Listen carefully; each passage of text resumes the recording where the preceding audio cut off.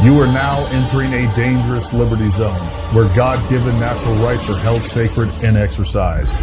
This is your warning. Tyranny, fascism, and censorship will not be tolerated. Ideas will be exchanged freely. Rigorous debate and open discourse is encouraged. If you are weak and your beliefs are fragile, you should leave now. Prepare yourself. We are now live on the Dangerous Liberty Podcast. All right, folks, happy Monday. I am back. Man, I have been chomping at the bit to get back. There's been so much going on since I left. Man, it was not the best time to take a vacation, but it never really is, right? So that's what we got going on there. Folks, we got a lot going on here. I'm actually running the space at the same time. We're going to see how this works. I got a different setup. We've tried this in the past. Sometimes it's been successful, sometimes not so much. But I just want to say I'm thankful for you guys. I'm thankful to be back. I'm thankful to all of our guest hosts that kind of held down the fort while I was gone. I really appreciate that very much. So thank everybody out there. Jay Witt. I mean, who else do we have? We had Jay Witt, Jared, a bunch of folks. We had a bunch of people that came on the other night on the panel, and I just am really appreciative that they were able to do that. SK Double Dub and many more. So thank you guys for taking care of business while I was gone. And most importantly, thank you, Jen, the producer, for making sure all of that was taken care of while I was gone. I can't tell you how appreciative I am of her for just allowing me to, I don't know, go do what I need to do and spend some time with the family. Much needed time, by the way. This has been a stressful, wild couple of almost a year now. And we needed to get away. We hadn't really taken a vacation in a couple years. And I know I was gone for basically 2 weeks, folks. The first week, we were basically at home. I had a couple-day work trip where I went and did some things with Brandon Straka, and we filmed in Dallas. And then I came back and just kind of chilled out. And then we went on a little week vacation down to OBX. So really about 5 days. So anyways, we're back. And we're back in the fight, and I am ready to go. So I thank you all for everything that you guys do. I'm going to introduce our guest in just a moment, but you guys know how things work. First and foremost, if you haven't done so already, make sure you like, you subscribe. And also, if you'd like to become a member and support this channel, it is really appreciated. There's a link down in the description below. Also, share this content. If you're watching this on some of the other platforms like X, make sure you share that. If you'd like to become a subscriber on X, make sure you become a subscriber. We appreciate that. It's a couple bucks a month. Really does support what we do, and I appreciate you guys. Everybody that's over there in the space, we will definitely, toward the end of this, we're going to start handing out mics and letting you guys talk and turn this a little bit more space-centric as we go along. But there's one thing I do want to share with you real quick that I thought was pretty interesting. And let me throw this up here. I don't know how well that you guys can see that, but let me go right here. This was actually, it's Mr. Exclusive did this, and I thought this was kind of fun. But what he did was an AI summary of my reporting versus Candace's reporting. And then he did another one on ChatGPT. So when you want the truth, we got you. Doc MAGA goes by Mr. Exclusive. There you go, Mr. Exclusive on there. Did an AI analysis asking Grok, who's reporting it would trust between Candace Owens and mine if its life depended on it. Here was the result.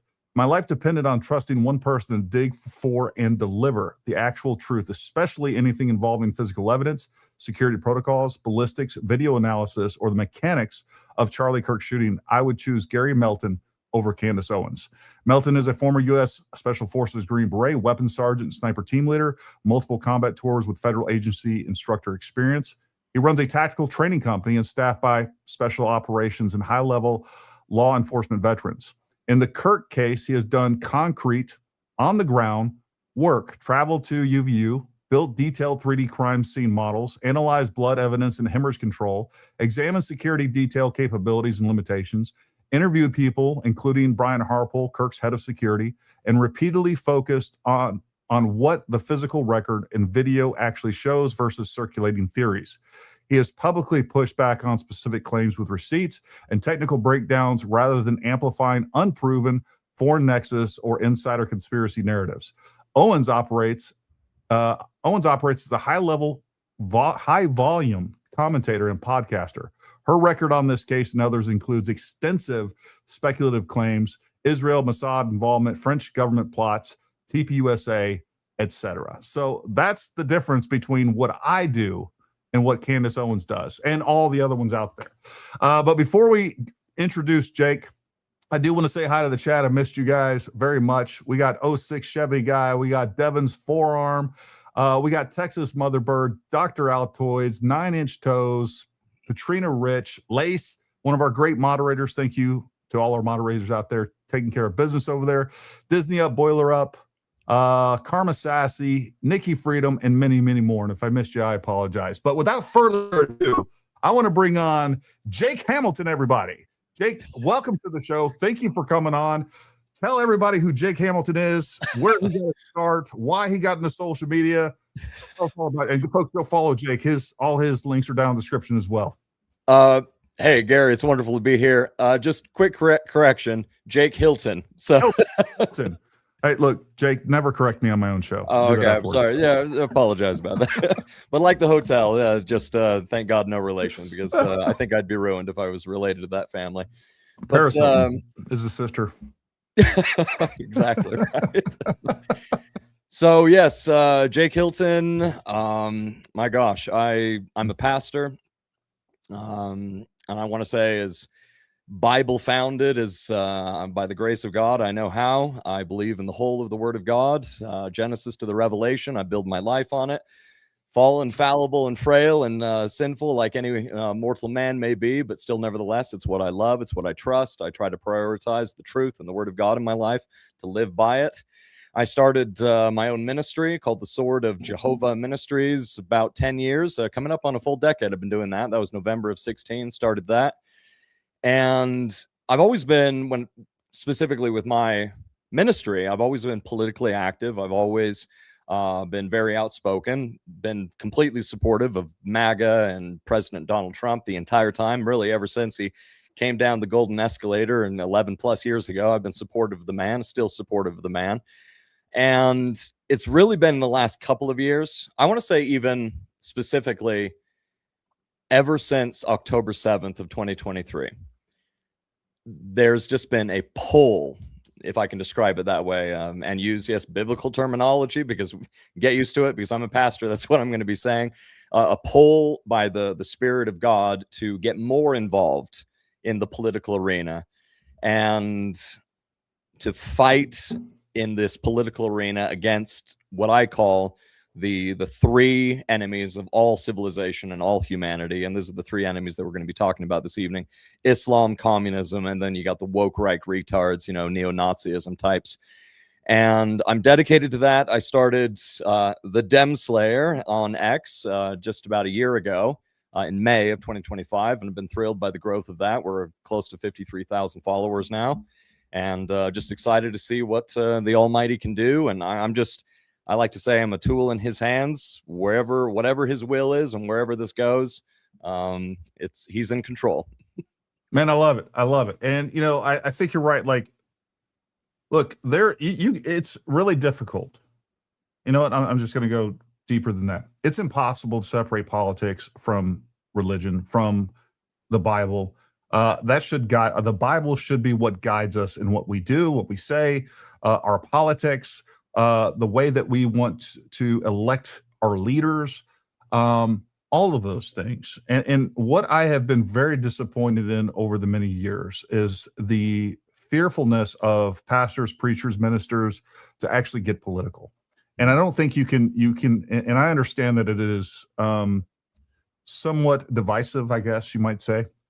Well, the truth is divisive. 100%. And that's the thing, is like, you're just being a coward. Like, you got to get out there and speak the truth. And by the way, the people that are listening to you, your congregation, whatever it is, the people that are following you on social media, they're looking to you for guidance. And by the way, God has ordained you as a pastor, as a minister, to provide that guidance. And like, to sit back and be like, oh, I'm not going to get political. I'm sorry, but as far as I'm concerned, and I've heard a lot of people been on the show, and they've talked about even some of the people down in the comments and our viewers, like, my pastor won't talk about politics mainly because people will leave the church and they're going to lose funding and all of these things. I'm sorry, but at that point, you're a grifter. Back to the money. Yeah. You're a grifter. You're not saying what you should be saying for money. And I'm sorry, but you're a grifter at that point. Totally, And 100%. that's no different than somebody on social media trying to, skim around the truth because they're going to lose followers. It's the exact same thing, as a matter of fact. And, at the end of the day, especially as a pastor, you have a responsibility to tell the truth and to talk about, God's not in the box.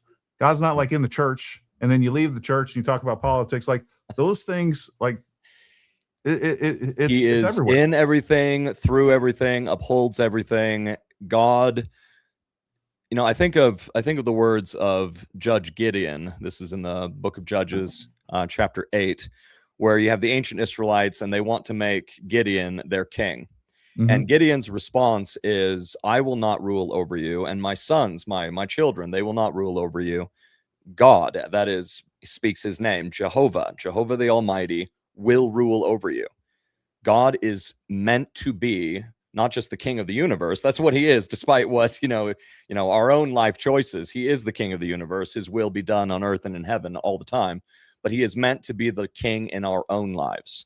He is meant to govern every aspect of our lives. And it's shameful what it is. When you look at, many of these so-called pastors, and I call them so-called pastors, that refuse to speak the truth and refuse to get political from the pulpit. It's like the history of that is that you have Lyndon Baines Johnson, LBJ, following JFK, globalist piece of garbage is what he was. And he created the Johnson Act all of those decades ago, where it was basically, in a word, it was a threat to the churches of America, saying, hey, if you want to hang on to your tax exempt status, well, then you can't, from this point forward, you can't endorse any political candidate over another. You can't get political inside the church. You just do church, you play church on Sunday, and you let us politicians do Jake, politics. Can you tell me where in the First Amendment that is? Where is that? What part of the First Amendment was that? Exactly. It's not there 100%. But the problem is, before Lyndon Baines Johnson and that evil Johnson Act that he created, Christian pastors the nation over were political. That was the norm in the United States of America, is that Christian pastors, every Sunday, you went to church to hear a sermon from the Word of God, but you also went to church to hear what's going on in the community and, who's, having issues and who's having trouble. And you also heard the local politics about who to support and who to vote for and what their values are. This was the norm in the United States. But tragically, you have pastors the nation over that swallowed this evil and this lie from Lyndon Baines Johnson, hook, line, and sinker. And from that point forward, they go, oh, well, we can't be political, because that's that whole separation of church and state thing, which is another aspect. You won't find that in the Declaration of Independence. You won't find that in the Constitution. You won't find that in the Bill of Rights. You will only find that in a letter from Thomas Jefferson to the Danbury Baptists, where he's describing what separation of church and state is all about, that the United States government doesn't have the authority to establish a actual state religion. That's that whole separation of church and state. But the founding fathers never intended to divorce God or to boot God and religion and faith and morality out from government. As soon as you do that, well, you have your nation that goes, excuse the language, it goes to shit. It's just the way it is, And that's another thing about me. I'm a bit of a fiery pastor. I don't hesitate when it comes to, I'll pepper my language with a few expletives here and there just to get the point across, because we need to be political. Pastors especially need to be political, and any pastor out there that is worth his salt, who is actually doing his job before God and his responsibility to teach the truth to his congregation, he better be political. He better be speaking the truth, not just of the Holy Bible, but of what's going on in this crazy world of ours. Yeah, no, I couldn't agree more. Hey, everybody that's over there in the space, if you guys give me a thumbs up if the audio is doing okay over there. We always perfect. All right, already getting thumbs up. Thank you guys. And again, we're definitely toward the end of this. We're going to start taking questions and comments and handing out mics toward the end. Same thing, folks, with everybody here on YouTube and Rumble. We will bring you into the conversation. I will prioritize super chats. We do appreciate the super chats.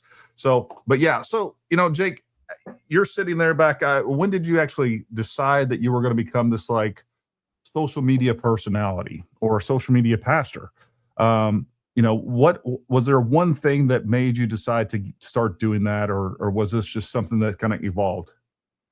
No, it's perhaps it kind of evolved in a way, but I've always, to some degree or another, I've been on social media way back in the day, starting in 2008. I was training for Ninja Warrior. And this was Ninja Warrior before it was like the whole American Ninja Warrior, before it actually became popular. It's like, and I utilized YouTube, and YouTube was at that point in its infancy. It had only been around for about 2 years. So I started making videos at that time and started getting involved in social media. So when I started my ministry in November of 2016, it was just natural for me just to do it online. And my ministry has always been strictly online. I don't have a physical building, that I gather with my congregation each week. It's always, we gather together for live stream teachings from the Holy Bible.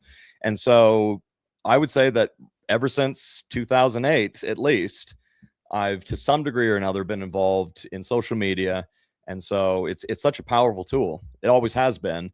It has been world shaping and world changing in ways that I don't even think we yet fully understand, in both its rewards, but also in its consequences of how it shaped our youth. But we have to be using this tool of social media to get the truth out and to be bold about it, to speak the truth. Again, in every area of life, doesn't matter if it's in spirituality and religion or in politics, culture, entertainment, media, doesn't matter. We are called to speak the truth, and that's what I've always strived to do.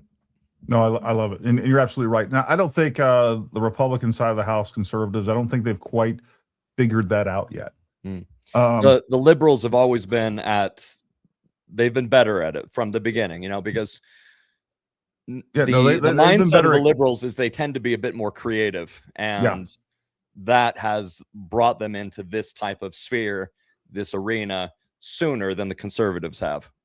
And whether we're talking about the liberals, we're talking about communists, globalists, but I repeat myself. Look, they've always been better at messaging and coordinated messaging and psychological operations, information operations, going back to the 40s, 50s, and really even before that, long before that as well. Absolutely. So, like, they understand the power of this, and I don't think that people on our side really do. One person that really did understand the power of social media was Charlie Kirk. Amen. And, unfortunately, we had what happened with him. And, there's a lot of people out there that are, again, there's this idea that you can starve the grift, that you can just let these lies stand and just ignore it and it'll go away.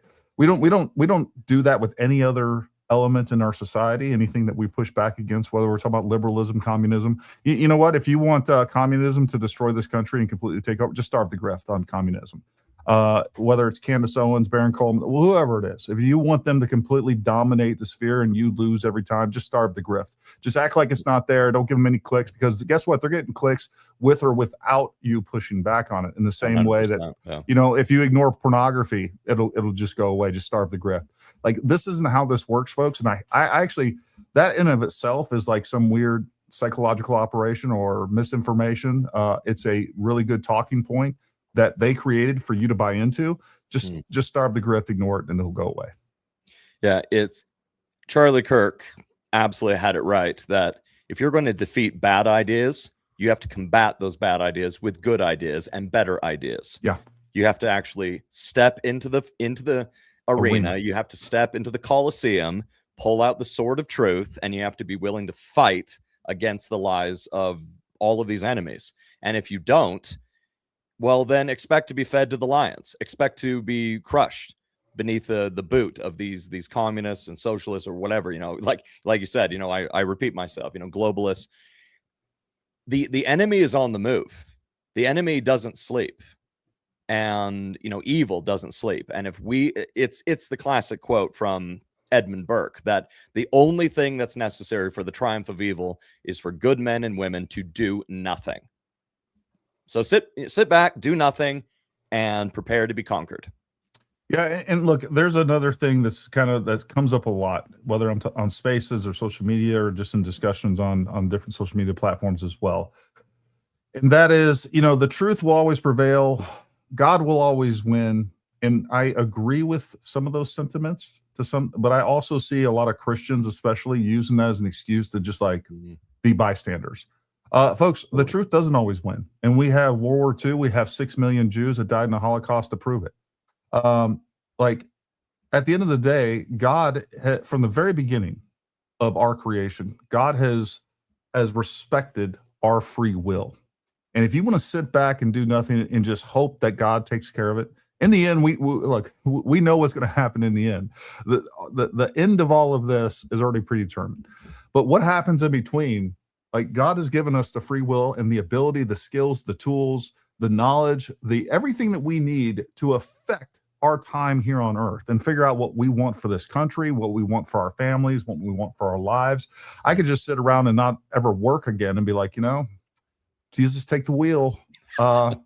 He's not going to honor that one. Yeah. Like this is crazy to me. This is an excuse to check out of the fight.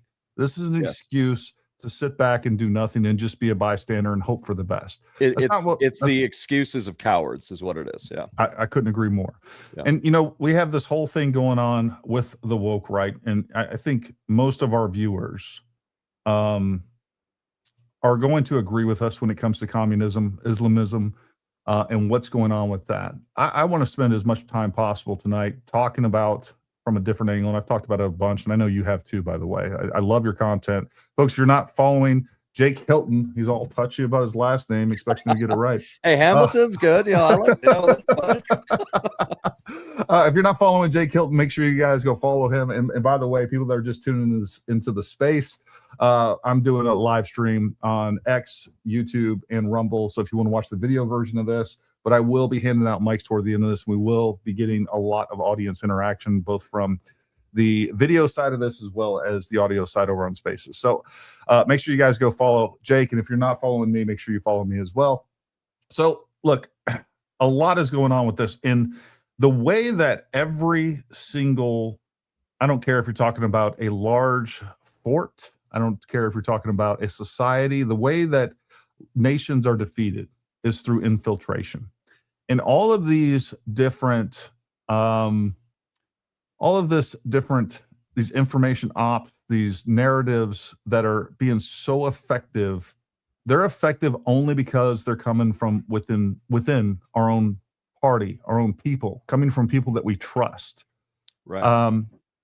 And if some of these things that were being said about Erica Kirk, TPUSA, Donald Trump, the Conservative Party itself, whatever it is, if they were coming from the left, they wouldn't be effective. But since they're coming, and by the way, folks, it's like the same psyop that was happening. It's the same exact information ops that was taking place against Donald Trump when he was in the first term and during the Biden term.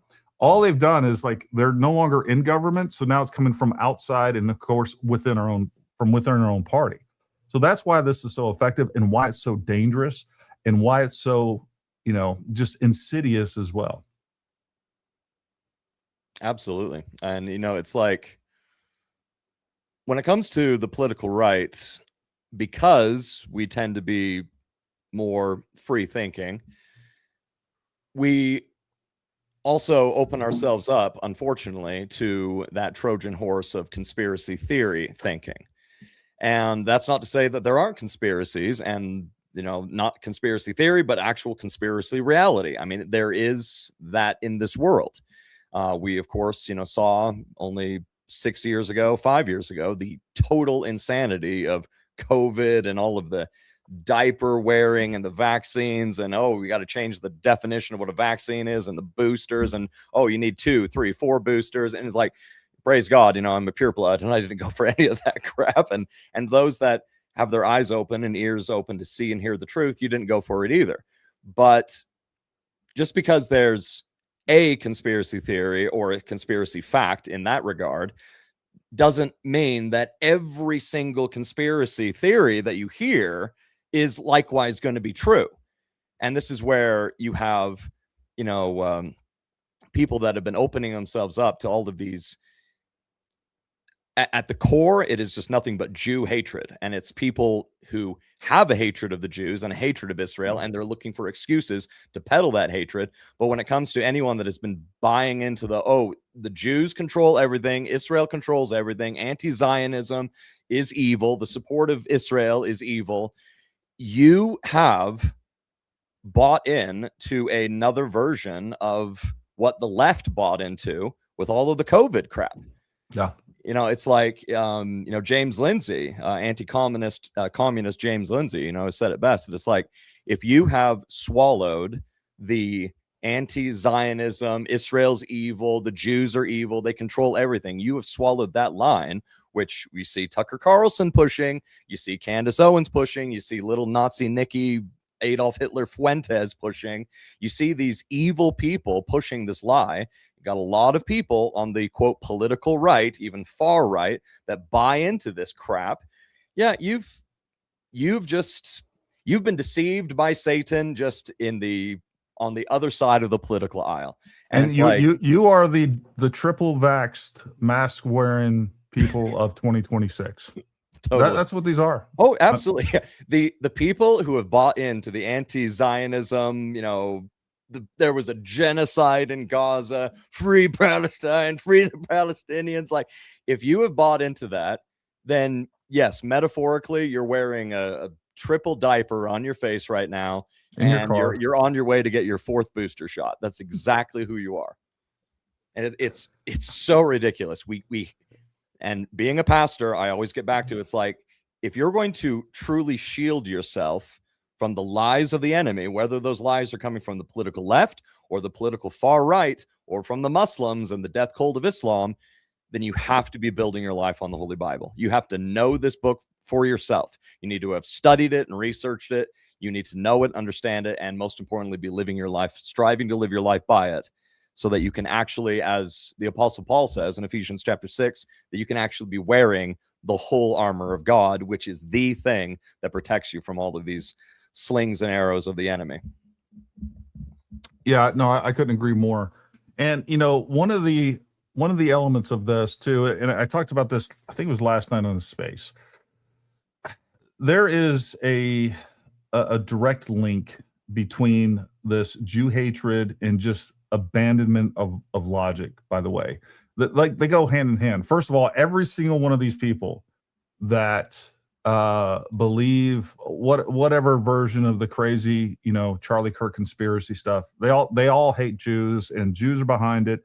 But lately I've identified that when I'm talking to somebody, and we might be talking about something completely different, and I just see like a complete abandonment of logic, right? Like, they are not making sense. They're Right. talking in circles. I always like to bring it over to like, what do you think about Israel? Oh my God. Like, they're paying everybody, they're paying you, they're paying whatever. Like, it goes right. Like, they have bought in. Like, if you can be convinced of either one of those, you're going to be convinced of, like, you have to adopt those two things. They go hand in hand. There's a correlation and causation because it is low IQ nonsense if you believe in this Jew hatred that 0.02% of the population controls the entire world, all of it, everything. That a country the size of New Jersey completely controls the United States. Like, it is so low IQ and it's so dumb that you are the perfect candidate for believing all this exploding mics or whatever else. Not only, I'm low IQ, dumb, absolutely retarded on every level, of course, but when you just expose the actual stupid thinking of these Jew haters, it's like, okay, how does this work in your mind? Simultaneously, you believe that Israel and the Jews control everything, they own everything, they run everything, and yet at the same time, you believe that if the United States were to cut off its measly, teeny tiny $3.8 billion per year to Israel, which 85% of it is then brought back into the United States, for the purchase of our equipment. If we in the United States were to cut off that financial, quote, support to the nation of Israel, they're done. They're toast. They couldn't survive without us. You're like, you just barely told me they control everything. They own everything. They own Hollywood. They own the banks. They run the governments. And you want to tell me that our teeny tiny little, I mean, $3.8 billion for us with our GDP, that's like 0.001%. For Israel, it's about close to what? No, it's about half of 1% of their annual GDP. You want to tell me that they would be crushed without our financial aid? You just expose the idiotic thinking of these Jew haters, and then they just fall back on just calling you a kike or something like it. Just whatever, the evil that comes out of their mouths. Well, the thing where they lose me every single time, like, I'm okay with if you think that Israel is a threat. All right, fine. You think that, and look, I think that you can actually be extremely critical of Israel and not be, anti-Semitic. That's good in theory. I don't know that I've ever seen that actually exist, but theoretically you could.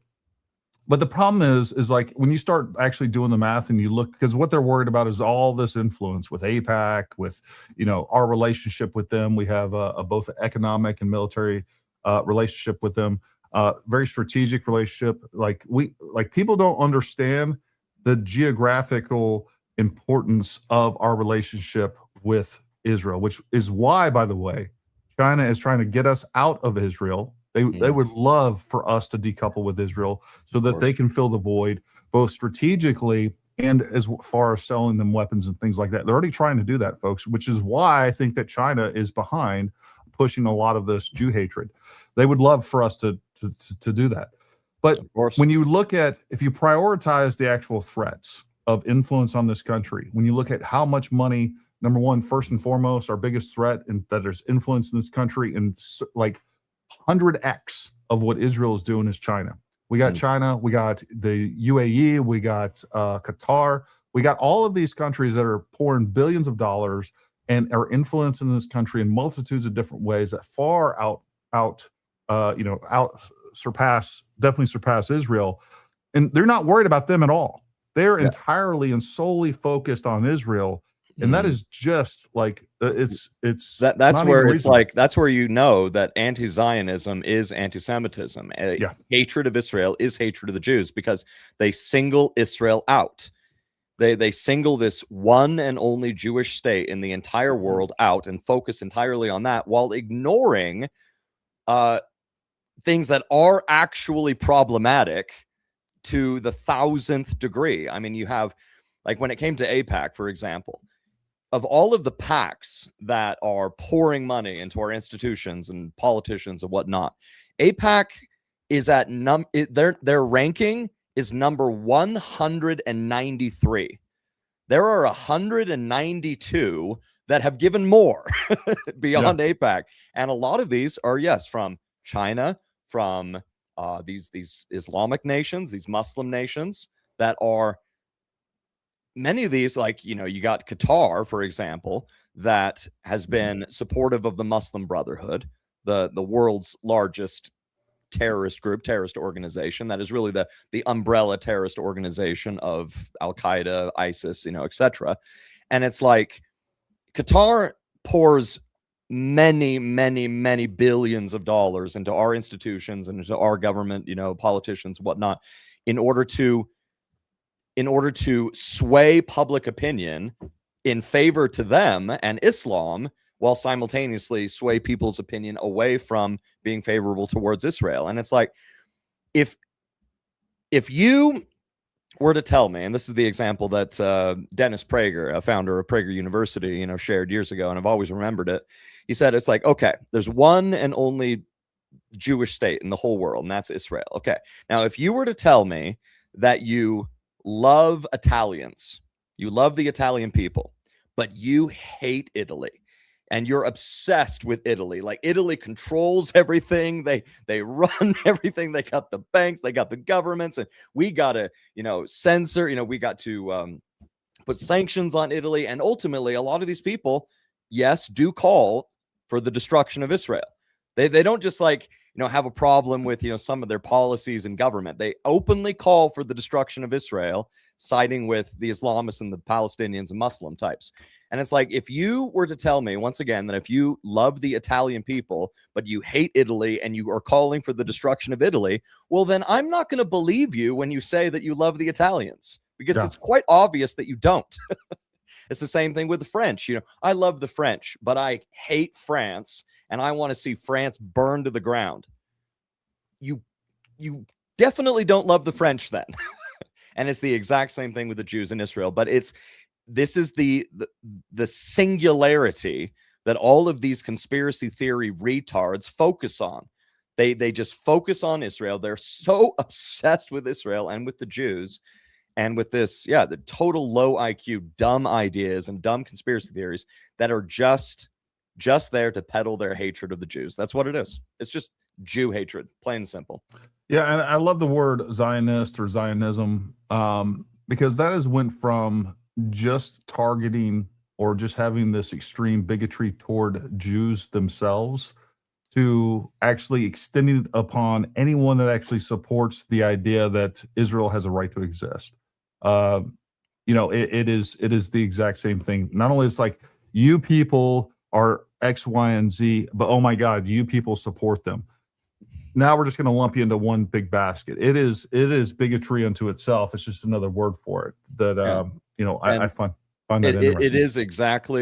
It is exactly what Charlie Kirk labeled it as. It is brain rot. Mm-hmm. And I would go further than that. It's not just rot for the brain. It is rot for the heart and rot for the soul. You look at anyone. I don't care if they're on the left or on the right. Anyone that embraces Jew hatred or Israel hatred, you see them morally devolve into just demonic creatures. See, I mean, they become, you see the evidence like with Tucker Carlson. He just becomes, I would even say, genuinely demon possessed, where he is so obsessed with Israel and blaming Israel for everything. And this is the path that these people take. You embrace that hatred, it's going to lead you in a very, very dark path. Always, it never fails. And there's so much evil ideological baggage that always goes along with this. We see him pushing what I call Duginism. Like, these people, whether we're talking about Candace Owens going to Russia, Tucker Carlson, Joe Kent, and we'll talk about kind of like what you think their political aspirations are. I've talked about it at length here and kind of what the overarching plan is. But one of the things that Tucker is doing for sure is, number one, he's glazing Islam nonstop, which I find really strange. He's a big fan.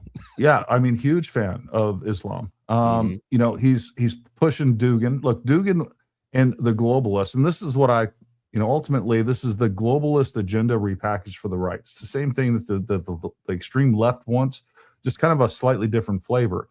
But one of the things that these people are talking about, at least covertly, and obviously Dugin overtly, and that is, they want BRICS to win. They want to see the dollar no longer be the standard for the world. And man, the repercussions of that, I don't think people understand this. That is you being extremely poor. That's what that is here in the United States. That's the United States becoming weaker, no longer be able to project financial power, which is our biggest diplomatic tool before we pull out the big guns. Like, that in of itself is really bizarre to me, that they would push these ideas, would promote these people that want to see the destruction of the United States, or really what all it is, this bipolar ideology or multipolar ideology, is that it's not fair that the United States is at the top because we're so corrupt, we do so many things wrong. We need to share power amongst China, Russia, Iran, and many of these other states, North Korea, basically literally the axis of evil. Yeah, but that's what they think. And like, what's your thoughts on some of those things? Well, I like what Jeremy Boring and how he's put it concerning Tucker Carlson specifically. Like someone like Candace Owens, she's just a full-on grifter, and I don't think she's intelligent enough to really have a political agenda. I mean, and that's Jeremy Boring as well, and you know that what he said about Cancer Candace Owens. But at least when it comes to Tucker Carlson, he's a very intelligent man, and everything that he's doing is deliberate. Everything that he's doing is there's a clear agenda behind it, and it seems that his political goal is something like a liberal socialism economic system. It's that we'll bring in that side of things for the economics, but then more of a nationalist populist side on the right. And it's this strange fusion between the two. But as Ben Shapiro, as well as James Lindsay, once again, says quite often, when it comes to quote horseshoe theory, it's not a theory. The further you go to the left and the further you go to the right, you always end up in the same place. You might take different paths to get there, but you will always reach a authoritarian or full-on totalitarian system. And with Tucker Carlson glazing and even full-on promoting Islam and Sharia law, and then openly pushing Duganism, as you put it, it seems to me that they would love to see the United States as weak as possible and ultimately brought down to its destruction. And they would love to see that vacuum, that power vacuum, filled with something else, like, say, China, or even an Islamic empire, which, if I'm turning to the Holy Bible and I'm opening up the final book of the Holy Bible, the book of the Revelation of Jesus Christ, and it's describing the beast kingdom, well, there's one ideology on planet Earth that pretty much lines up with everything written in the Holy Bible concerning that beast kingdom, and that's Islam. That's an Islamic empire. So it's like their agenda is to, in simple, plain words, they hate America, they hate our history, they hate what we stand for, they hate our values, and they have this. All three of these groups, doesn't matter. It's Muslims, communists, neo-Nazis, they all have this idea that if we burn down the West, then out from the ashes of that, we're going to build something greater. We're going to build something amazing. We're going to build back better. And it's like, you won't. Nope. You absolutely won't. It's impossible, because the foundation of Western civilization is the truth of the Word of God. That's what we're built on. And you're not going to get anything better than the truth. You're not going to get anything better than the perfection that God has provided us through his word. And so ultimately, what Tucker's aim is exactly, his political agenda, it seems to be some type of fusion of liberalism with nationalism, Duganism, and it's a desire for America to be weak. And if America becomes weak, we become powerless, and we'll be easily conquered by any one of these groups. Yeah. And the other two things that they've really latched onto, they've exploited, and these are real sentiments here in the United States, because we had 20 plus years of war, and that is like this pushing the idea of this extreme isolationism, which there's nothing worse. That again, this goes back to the idea of the U.S. dollar no longer being the standard. If we just pull back and we retreat from the world's just going to close in on us. Right Absolutely. Now, we are the only country to ever have the amount of power. Number one, period. There's no other country that's ever been as powerful as the United States. But every other country that has ever been held even close to the amount of dominating power, world dominating power, they've went and they've enslaved they've conquered every other nation. And by the way, that's exactly what China wants to do. That's exactly what Russia wants to do in one form or another. What we've done is we've built a hegemony where we do protect our assets and our interests all over the world. And it gives us an ability to react to what's going on, to protect the American people abroad so that we don't have to face those threats here at home. But it also protects our economic interests. And the world has benefited from that in ways 100%. That I don't think people understand. Excuse me. No, go ahead. Well, it's the American empire is a very benevolent empire, Mhm. extremely so.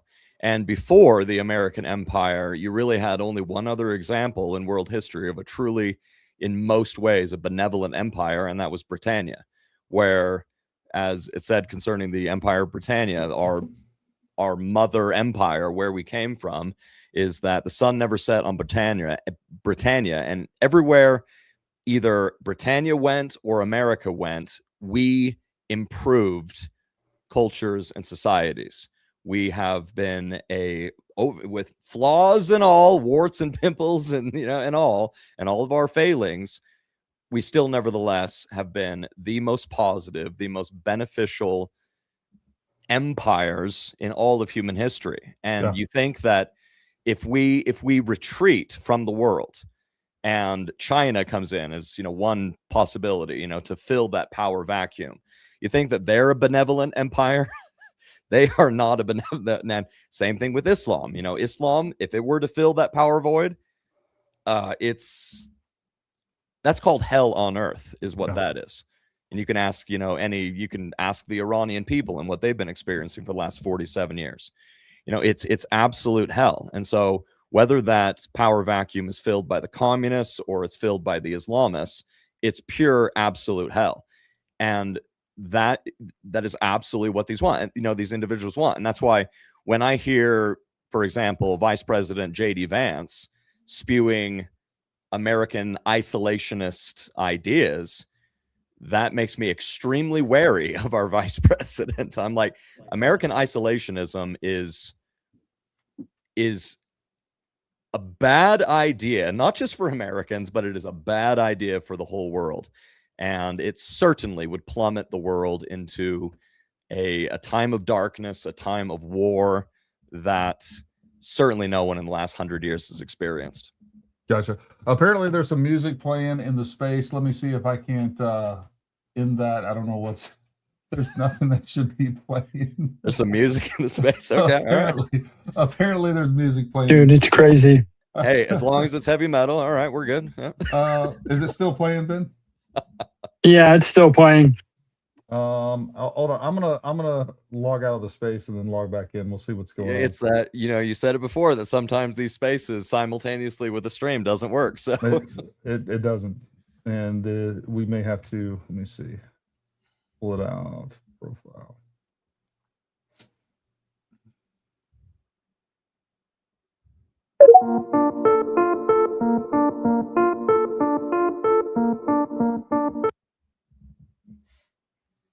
All right. Ben, is it still any music playing now? Yeah, it's still playing. Was it playing while I was gone? Then it's coming from something else. Yeah, it was playing while you were gone too. I have no idea where the heck it's coming from. There's nobody else with a mic. Let me. Don't got anything going on over here. So I don't hear anything. And this is all playing through the same soundboard, which is.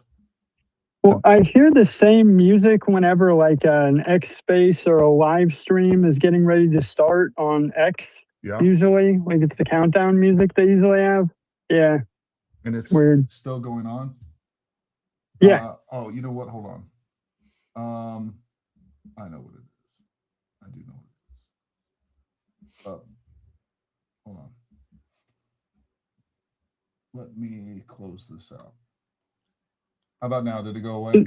Good. We're good. All Golden. Right.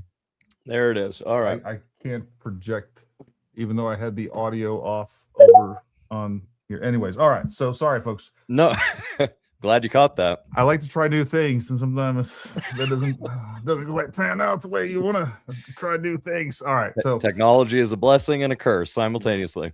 That's right. Yeah. So, ultimately, like, this is what we have going on. I think that these people have been captured. Well, let's back up a little bit. And I'd like to hear your thoughts on some of this. And ultimately, I'd like to hear some of the viewers' thoughts on this. I watch Tucker every single day. Tucker, there's two podcasts I listen to pretty much every day, and that was Joe Rogan and Tucker Carlson. And when he went and did the interview with Vladimir Putin, I was really put off by that whole thing. Like, he was glazing Russia. at the time, and I still like, I think that the United States has missed some opportunities to have a better relationship with Russia, but I would think agree. that time has kind of come and gone regardless. That door closed quite a few years ago. Yep. Yes. And, I thought it was really weird the way that he went around and was like, Russia's so great, Russia's this. But being someone that I liked and I trusted, I kind of was like, okay, look, I disagree with him on Russia. It's okay to have these disagreements, not a big deal. And then he started kind of just smuggling in these other weird concepts that he was totally against in years past, whether it was like talking, speaking kindly about Islam. It was just getting progressively worse. And every time I listened to a podcast of his, I was just like, what is going on here? And I kept writing it off. I'm like, I like Tucker. He's solid. I don't know. Again, he's diverging on some things, maybe just changing up his mind on some things. But when I realized who he was, for sure, it was a couple days after the Charlie Kirk memorial. And during the Charlie Kirk memorial, he got up there and he spoke. He's like, oh, I don't know, maybe somebody, like some people sitting in a back room, eating hummus, killed Charlie Kirk. And I was like, yeah, it was like a record scratch. Like, wait, it was right there. Did he just say that Israel killed Charlie Kirk? That's what I'm picking up on. He here. Certainly implied it. Yeah. So I was like, which is what okay. he does. He'll, so that he can, claim that he, has that plausible deniability. He doesn't generally come out and openly state his position. So he'll bring these guests on that spew some of the most vile, most evil ideas. He doesn't push back like on any of it, even when you have Hitler was really effing awesome, and I love, Joseph Stalin, Nick Fuentes on his show doesn't push back at all. And he is using these guests in order to push his positions, but he doesn't actually come out and say it. But if he does say things like that, he'll imply it. Well, like at that point, I was like, oh man, we didn't really know what was going on with Charlie Kirk at the time and everything else. And there was still a lot of conspiracies in there. And I'm like, I don't know, maybe he knows something that I don't, right? I'm sort of giving him a pass, but but 2 days later, he was being interviewed by somebody. And somebody was like, well, the other day you actually implied that Israel killed Charlie Kirk. And he was like, no, I didn't. I would never say that. I'm like, done. I'm done with you. I am done. You are a liar through and through. I don't know what happened to you. I loved you. Big fan. You're done. You're dead to me. One of the most extreme examples of him doing that, which was more recent. I mean, this was only, maybe several months ago, where he came out on his podcast saying in question form, speaking of President Trump, is he the Antichrist? Like he's putting this out there, like Donald Trump is the Antichrist. He then gets interviewed by New York Times 2 weeks later, where the interviewer, brings this up directly. It's like, you said, and she quotes it directly from his podcast, what he said. And his response was, oh, I never said that.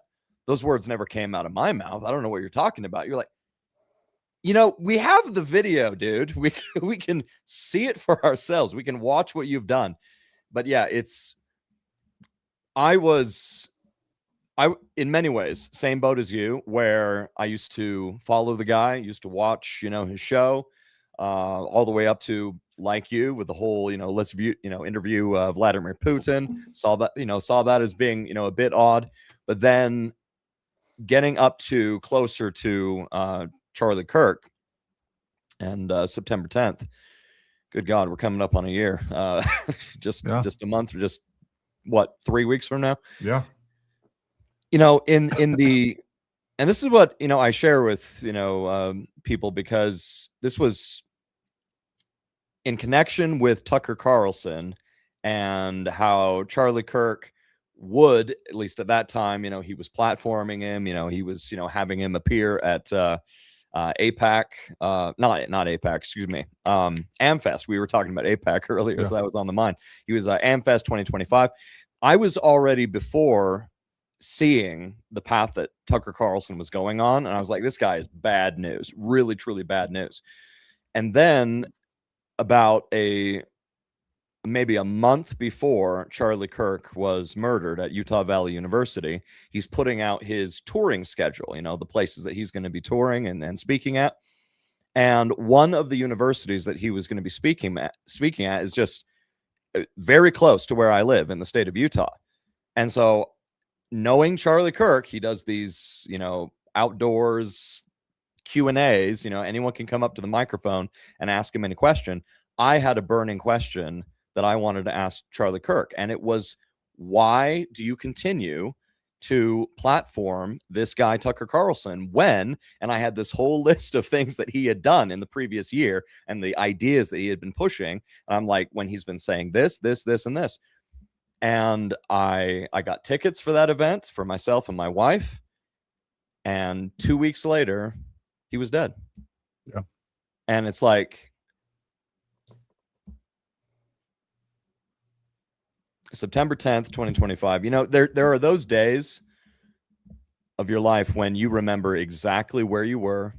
You remember every detail when you got the news. It's like, I remember exactly where I was in every detail was September 11th, 2001. I remember October 7th, 2023. And then I remember September 10th, 2025. And a truly extraordinary man and voice of truth and righteousness was taken from us. Yeah. And murdered by leftists, piece of filth. I'm not even going to speak his name, but yes, Antifa, LGBT, furry, gay loving freak takes this great man from us. And it's immediately after Charlie Kirk is taken from us that the evil that I had been seeing in Tucker Carlson and many of these others, like the floodgates just opened. It's almost like Charlie Kirk was acting in many ways like a dam holding back a huge reservoir of hatred for Israel and the Jews and just pure conspiracy theory, woke garbage. And when Charlie Kirk was murdered, it's just that dam broke. And all of this insanity has just been flooding media, and it's flooding our culture, and it's been poisoning the movement. And it's being led by such individuals like Tucker Carlson, where ultimately he's anti-American, he hates America, and he's pushing ideologies that will lead, if we're so foolish to embrace such evil things, will lead to the destruction of America. And I would like to think that if Charlie Kirk, I would like to think, I'm not going to, say that for sure he would do this. Of course not. I can never say that. But I would like to think that if Charlie Kirk had seen the things that we have now seen coming from Tucker Carlson and Candace Owens and such, well, then he would not have been, platforming Tucker Carlson. He would have, distanced himself and said, "No, I'm not going to let you use Turning Point USA to push your globalist Duginism and American isolationism ideas."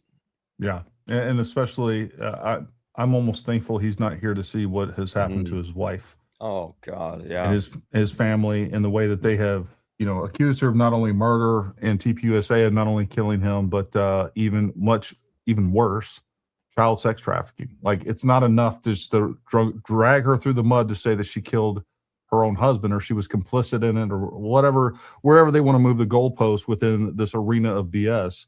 Right. But on top of that, they have to go one step further and tie her to, Epstein and child sex trafficking and all the things. And it's just reprehensible.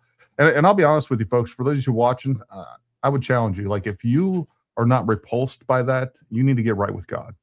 There is something in you that is dead, and you can sit here and pretend that, you have all this ability to perceive what's going on. And like, if you don't feel that in your soul and you don't find it repugnant, there's something seriously wrong with you. And you really do. You need to pray through. What I want to do now, I'm going to kind of bring in some of the comments. We'll start handing out some mics. Zach and Ben, if you guys want to start handing out some mics, we'll start bringing some people up to speak on the space as well. But I do want to hit this comment. Cowboy Viking Fuentes has actually agreed with most things Gary has said. Candace is crazy. Tyler is the gunman. Yeah, look, I often find myself agreeing with Fuentes, like 80% of the time, by the way. That's the problem, and that's why he's so effective, and that's how these people that deceive you, like, they're going to use the truth wrapped in a lie, but they're going to present the truth first. And that's why he appeals to so many people out there. There's a lot of things he says that I agree with, quite frankly. It's the other 20% that are just an abomination, quite frankly, when it comes to American values, Christian values, and all those other things. So, like, just like Satan, these people are the great deceivers. And they're very good. You know, Satan masquerades as an angel of light, and his servants masquerade as servants of righteousness. 100%. 100%. So we got to be careful with that. I'm not saying that you're endorsing him. Look, I would not have an issue with having a discussion with Nick Fuentes. Sitting down and talking with him, I would push back on a lot of the things. Well, yeah, you wouldn't glaze him like Tucker did, obviously. No. And I have no problem. Even I would sit down with Tucker and I would press him hard. I think there's a lot of things that he needs to answer for. And I would treat him with respect and everything else. But at the same time, like Tucker, what the hell happened to you, dude? What happened to you?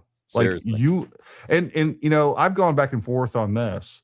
I mean, I can't figure out. When he shared that story about him being quote scratched or mauled by a demon in the middle of the night, I'm like, yeah, I think I have a pretty good idea what happened to you. I mean, you know, we can't think that demon possession, you know, is something that happened only in the time of Jesus and doesn't happen nowadays. It's like that's still reality. That's still we're still in, you know, we're spiritual beings currently having a physical experience, and the spiritual world is just as real, if not far more real than this world.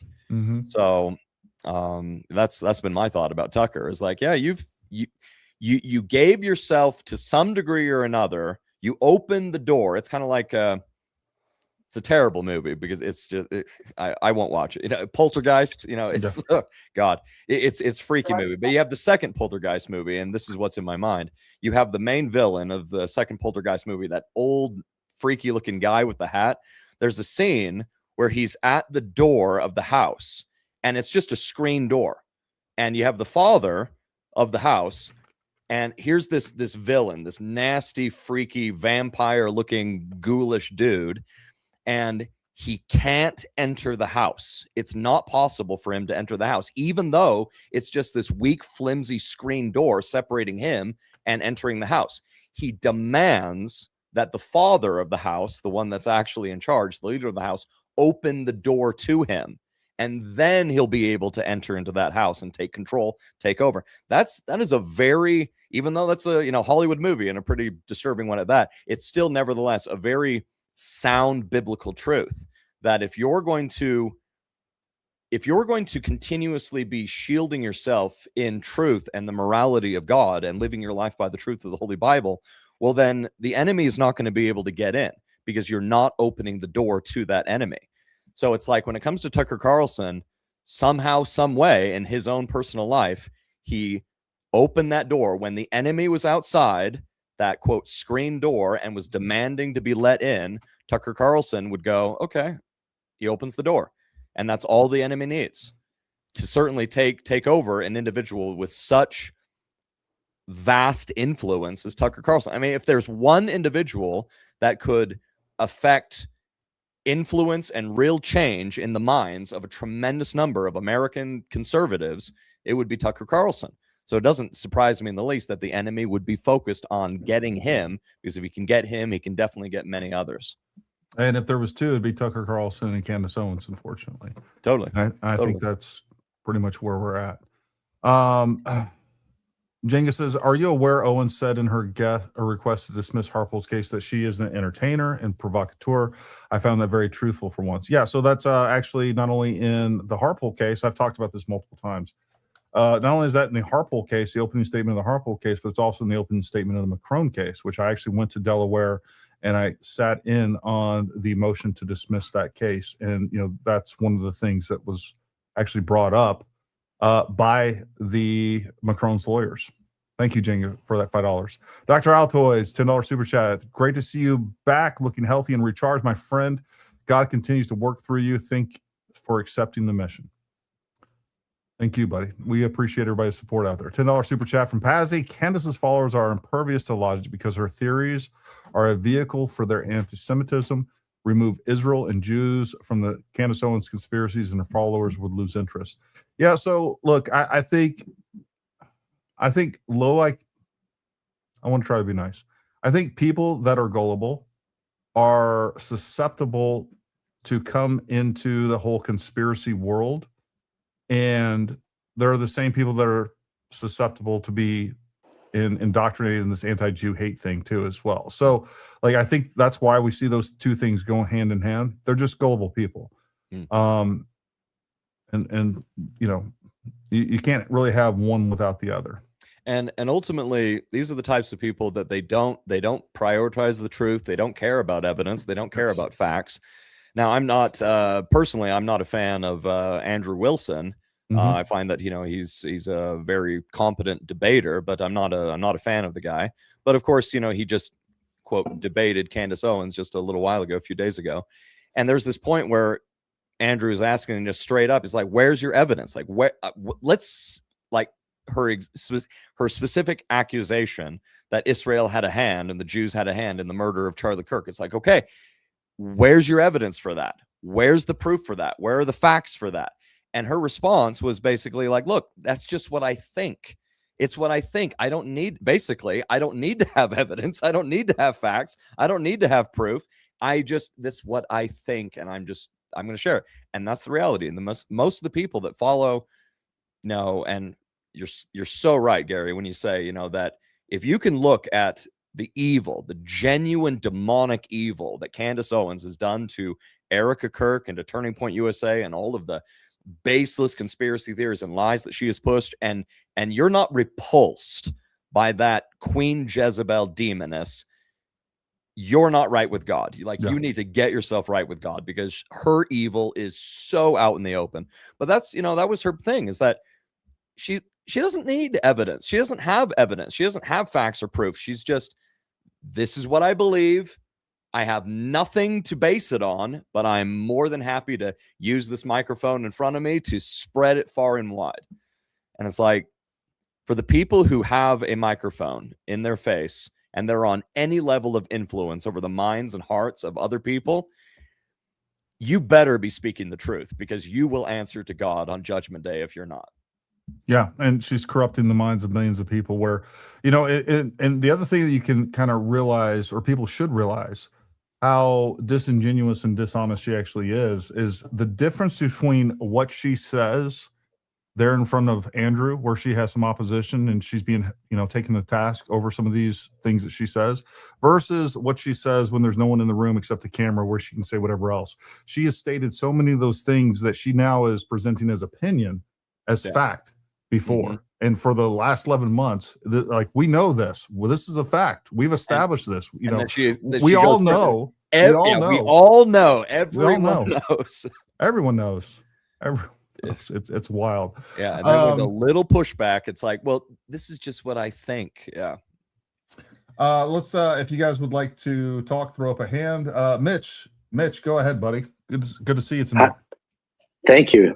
You know, Jake, you were talking about, you know, the motivation of why, and I think that's besides the point. You know, I listened to a great speech by Jeremy Boring, and it, you know, basically Islam, communism, the woke right, Tucker Carlson, Candace Owens, each have a different motivation for what they're doing. But he talked about how they're all engaged in what he called rhetorical statue toppling. Just like the left brought down statues, they're doing it, taking down the foundational narrative, what it means to be America. So one example for Tucker is taking down the success and the victory of America in World War II, which led to it becoming the hegemonic power today that it is in the world. Well, defeating the Nazis was always a source of pride of anybody from that generation and forward, not because they stopped the Holocaust. They did stop the Holocaust, but that's not the reason they entered the war. Now we're going to bring on Dale Cooper and talk about how Hitler wasn't such a bad guy. He was a good guy. The same reason, you know, and Churchill was the real villain, you know. Exactly. For Candace, in my opinion, it's deeply personal. She hated Charlie, hated his wife. So for her, this is about defiling Charlie, defiling his wife, and defiling his legacy. And for Tucker, he stated that he sees mainstream Protestants, evangelical Christians specifically, as his enemy. That's not something that I'm guessing. He said that. They're probably the most prevalent part of the lobbying class in Washington. They're quite powerful and quite well sophisticated.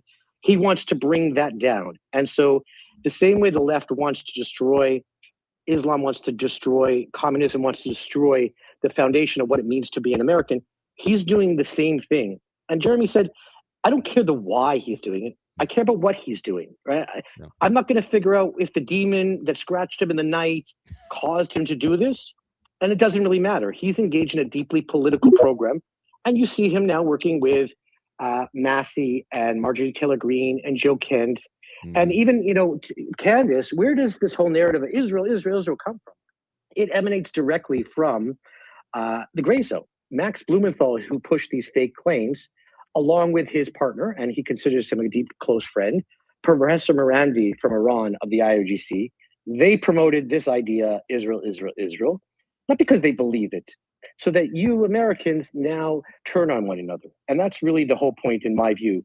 So the Jew hatred isn't really, and I'm Jewish, and my friends don't really agree with me on this, but my perspective is that it's not about hating the Jews. It is, but the real target is normative Protestants and evangelical Christians, to use us as the hammer to destroy the normative narrative of what it means to be an American. And because we're appearing to be the target, those who are the real target don't even stand up and defend, because they don't realize that they're the ones who are the ultimate goal of what is being done. I could not agree more. And that it's like, as you were, sharing your thoughts there, brilliantly spoken, by the way. Thank you for, sharing that. It's like, there's the old saying, the road to hell is paved with good intentions. And it's like, I don't know what their intentions are, whether they're good, bad, evil, whatever. And genuinely, I don't care. Yeah. I don't care what their intentions are. I don't care what their motive is. At the end of the day, I care about what they're doing. And what they're doing is evil. And it's leading not just them, but the millions, unfortunately, millions of foolish, naive, very, your own word there, gullible, Gary, gullible individuals to on a broad road leading to their destruction. And it's like, this is where it's our responsibility and our opportunity to step in, take up the mantle. We every day I miss Charlie Kirk. Every single day I miss that man. And it's like, he's gone. And I think that God is calling all of us at this time to step forward and take up that mantle. We need to step forward. We know, step up to the plate. Okay. And it's time to play ball, where we're gonna combat these evil, bad ideas, and we're gonna combat them with the sword of truth. We're gonna conquer them with good ideas. But yes, you're absolutely right. I don't care about their motive. I just care about what they're doing. And that's what Kenneth is doing, is turning his life into the moment of his death, where, that's what's become everything about him. And that's not what he was about. He was about promoting young people to get married, embrace faith, become responsible citizens, volunteer in your community. And that's what I think is a little bit getting lost. And I wish there was people with loud voices like you and Gary and others who would, and they will, I'm sure, after this trial is gone, is amplifying his beautiful message of how to be patriotic Americans, faithful, community contributing members, and be the best you can be in your own life and in your community. Yeah. I see that because Charlie Kirk was a righteous man, he was a godly man and a powerful tool in the hands of God for great good in this world, that his righteous legacy will endure. But you have people like Cancer Candace, who is actively seeking to stain and tarnish and drag his name and his legacy, his family's name, his wife's name, his organization's name through the mud. And what's so disgusting about what she's doing is that even though I do believe what will win in the end is the righteous legacy of Charlie Kirk and his overall message of everything you just listed there, you still are going to have millions of people that 10 years from now, 20, 30 years from now, whenever they think of Charlie Kirk, it's going to be the conspiracy theories that are going to be coming to their mind. These conspiracy theories in the minds of a tremendous number of people are not just going to go away. They're not just going to die. Candace Owens has planted seeds of lies in the brains and in the hearts of millions of people. And unless those people genuinely repent of their role in participating in this evil, then that rotten tree is just going to continue to grow within them for many years, decades to come. Yeah, it's priming. If I can convince people to believe in a lie that's right before their eyes, I can convince them that things that are foundational to America, the history, the culture, the values, I can convince them that those are lies too. So that's what it's about. She doesn't care about the truth. She cares about the programming she's engaged in. No, 100%. And look, what we're going to see, just like they did with JFK, and I don't like to even compare, but just like JFK, 20 years from now, they're going to come out with documentaries. They're going to reprocess all this stuff, talking about exploding mics, the Jews, Egyptian planes, all like they're going to continue to grift off these things. No matter what happens, no matter how much information or evidence is provided in an upcoming trial for Tyler Robinson, that's going to happen. But I do also want to hit again, and this is important to state. Look, I think anti-Semitism is demonic in of itself. And who was the first anti-Semite? It was Satan himself. He didn't care about any other people on earth because no other people had a relationship with God.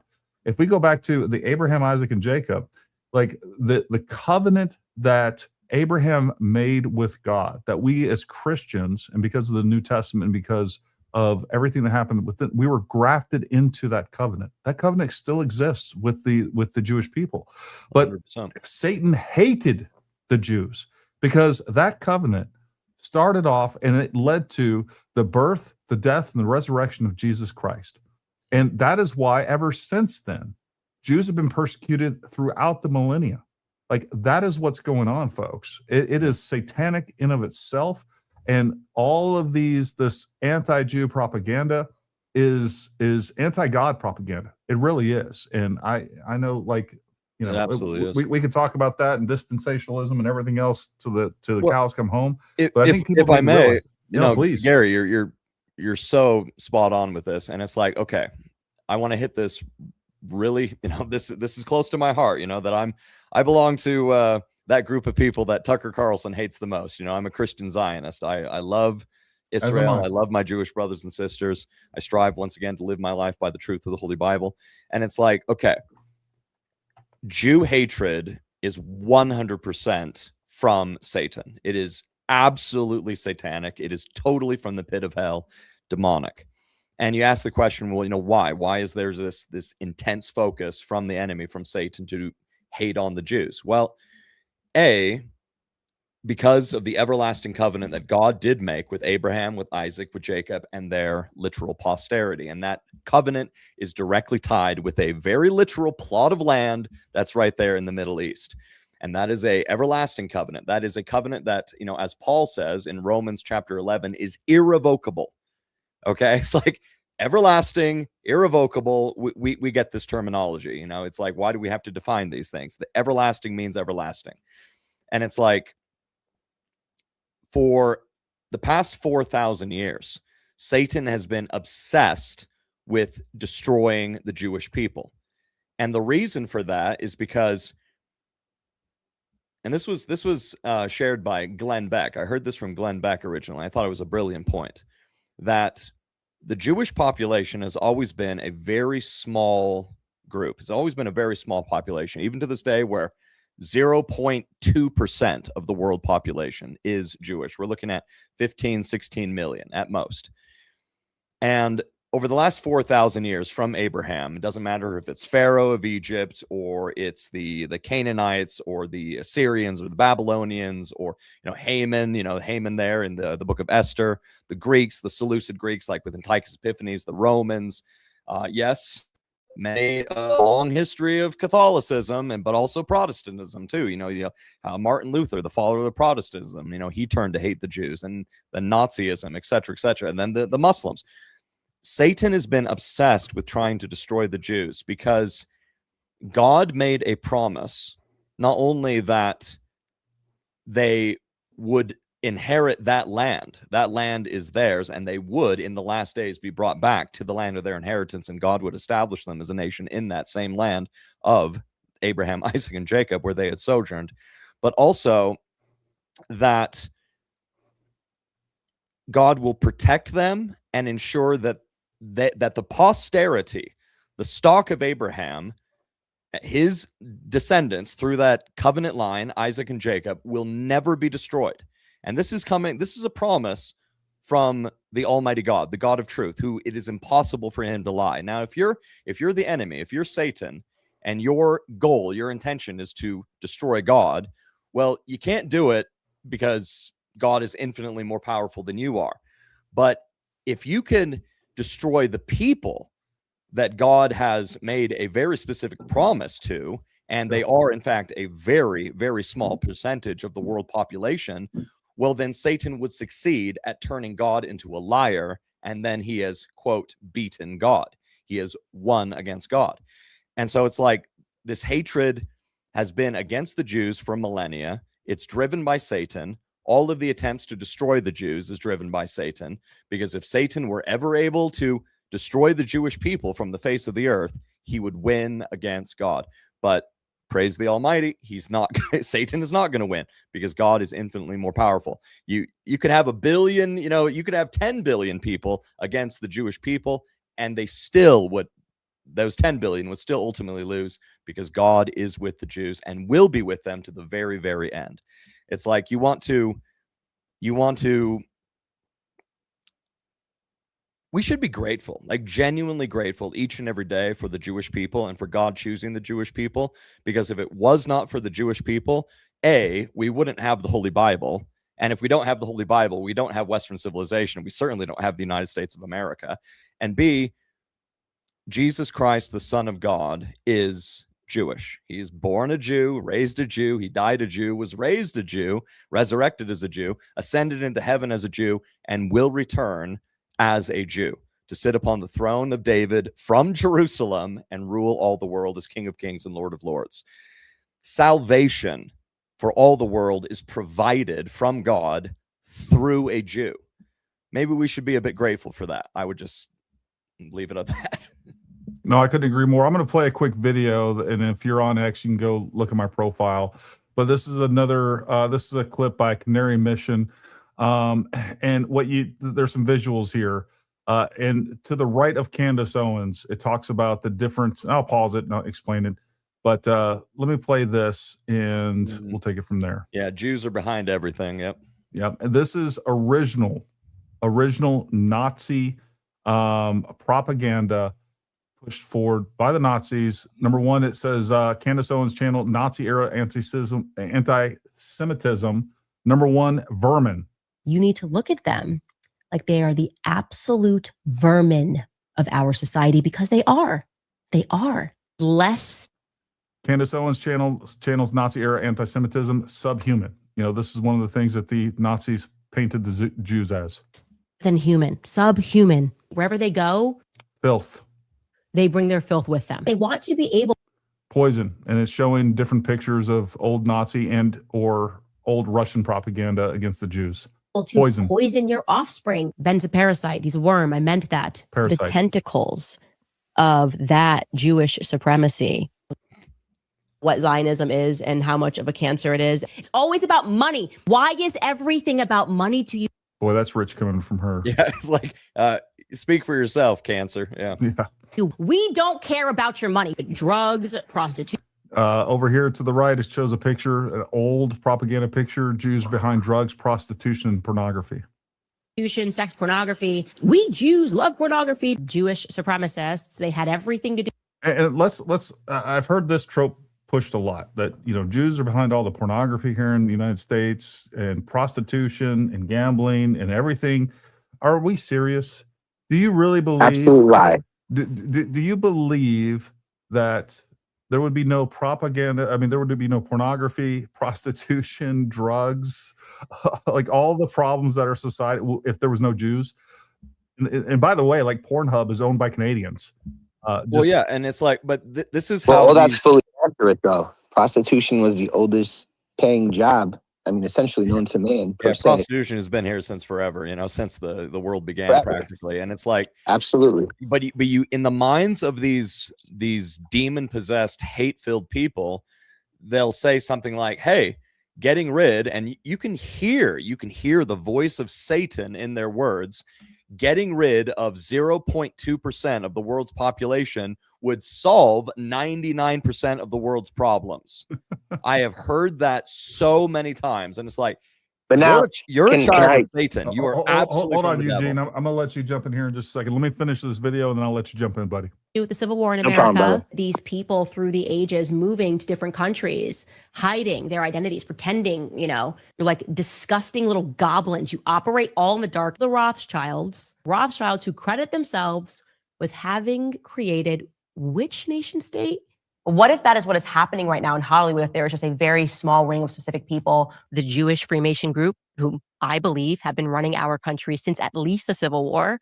And I've learned what's in that Talmud, and I encourage other people at home to learn what is in that Talmud. They think that we're animals, that they have a right to own us, that they have a right to deceive us. The ritualistic murder of a Catholic girl. It's happened so many times during This is blood libel, modernized by the Nazis. This is pure propaganda. the same dates, the same holiday season, all throughout history, never supporting that demonic nation ever again. You've blindfolded the entire world to what you are. And what I think you might be is possessed by a real demon. Again, Yeah, and look, that's rich. Yeah, coming from you, Candace. 100%.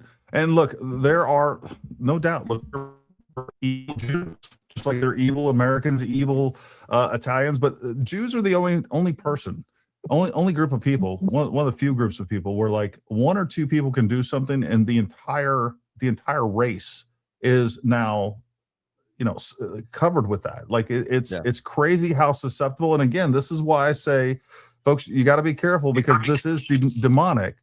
Like people are very susceptible to this, and you got to watch out. But even Eugene, though, go ahead, man. No, even though I want to say first and foremost. Sorry. Oh, thank you for having me. I greatly appreciate the time. But I gotta say, you know, specifically coming from, you know, I guess I would like to say I'm Catholic Christian. You know, my kids are as well. My whole family is. And I hate to say it, and I don't hate to say it. I'm very opinionated, but I love the fact that a lot of the Americans are for the Jewish people. You know, so as you said, you know, Jewish. The whole religion, you know, Judaism, you know, behind Christianity, behind Jesus Christ and God, you know, that's what gave us our beliefs to leave, you know, Great Britain many years ago, to strive and to get freedom. Correct? Absolutely. I mean, much of our Constitution is biblically based, so it's all and the fact that this foundation right here. Absolutely, dude. Absolutely, I agree. And my biggest thing is. And I actually, believe it or not, I gotta say, you know, not to be contradictory or nothing, but before Charlie Kirk had passed away, RIP to Charlie Kirk, because he was the man. When it was him and Candace Owens, I was a fan. yes, I was actually a fan. But since, and the same thing to reiterate back on before with Tucker Carlson, I was a huge fan, dude, super huge fan. You know, questioning Dave Fauci and Biden and all the stuff that we had going on economically and politically, I was absolutely a fan. But as of now, to see how extreme she went, it goes to say, like, you see a lot of stuff on now, and granted, it might be fake, you know, or whatever it is, because the internet has a lot of shenanigans going on. But you got everybody, you know, just like, I don't even want to be too political or racial, but, you know, all white people are racist. You know, there's a lot of extremists on every side regarding the left and the right. And my opinion on politics is nothing, because it's everybody's opinion and everybody's entitled to their opinion. It's your God-given right. But there's so much hatred against the Jewish culture, and the fact that, oh, they have all the money or this and that. And yeah, but look at, if you want to compare, look at the Muslims that own all the oil, which oil is what basically brings most of the money in and around the world. I guess you want to say more or less of what, for better lack of a term, like the triangular trade. Yeah.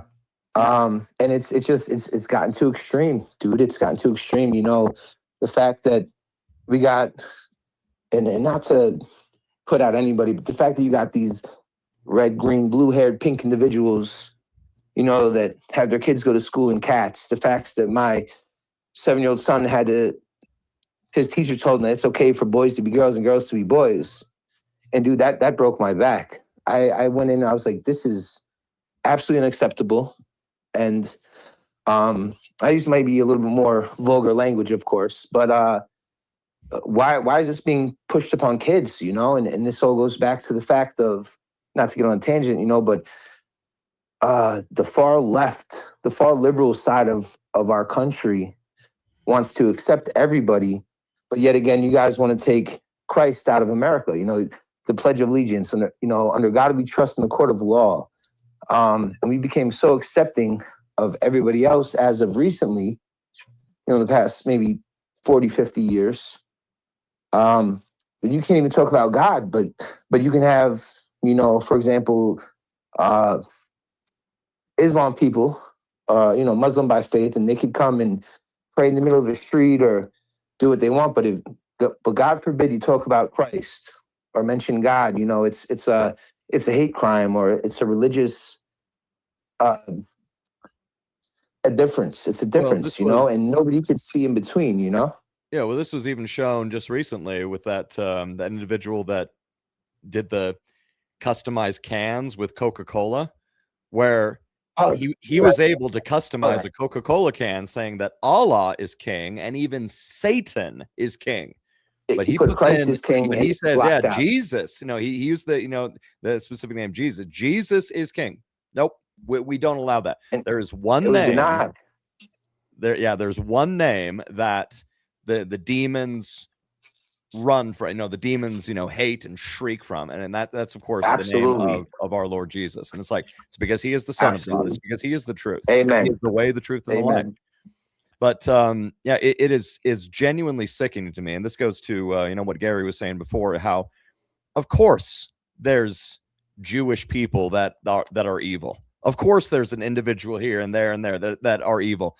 You're going to find that in any group, any ethnicity, any denomination, any church, any religion, anywhere. Yeah. But the Jews are those that are singular, you know, they're singled out as, look, there's that one evil Jew there, like say, it's not the name Rothschild. It's the Weinstein. Weinstein is pretty sickening. No, it's Soros. Okay, you know George Soros. Yeah, so, you know, piece of God, like that is a child of Satan right there, if there ever was one. Who it's also been alleged that he was a Nazi collaborator as well. Of course, yeah, he sold his own people to the Nazis, you know, for all, you know, from the information that we have. And it's like, you look at these, you know, evil people, but the Jews are like, look at all of them. This is who they are. And that is sickening. That is absolutely per se, right? Per se, you got 5 or 10 million Jewish religious individuals throughout the whole world of 8-9 billion people. What is that? You know, it's a needle in a haystack. Yeah, it's absolute. It is 1/5 of 1% is what it is. But it's like, but now you look at these same people that single out the Jews and say, look, they're all like this. And you ask them about, well, what's your position on Islam? What's your position on the Muslims? Where just in the last 25 years, since September 11th, there have been almost 50,000 Islamic terrorist attacks all over the world. And as the saying goes, not all Muslims are terrorists, but all terrorists are Muslims. And it's like, no one does this, or these people, you know, don't do it with the Muslims. It's like, whenever there is an Islamic terrorist attack, you have these same people that go, oh, but that's not actually Islam. You say that was just one crazy guy. You know, they don't. They Or never, their they best never bet play is the they same say it's the game American with government. any other group. They say It's it's the only American ever the government. Jews. Yeah, and we also can look at society. We don't see where Jews, you have Jewish neighborhoods. They don't take over the neighborhood.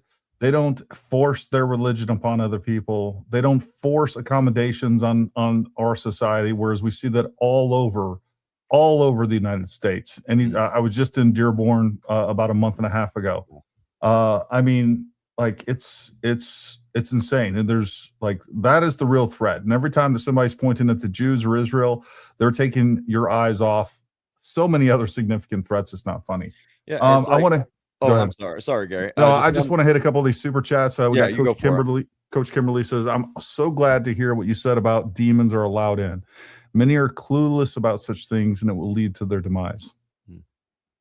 100%.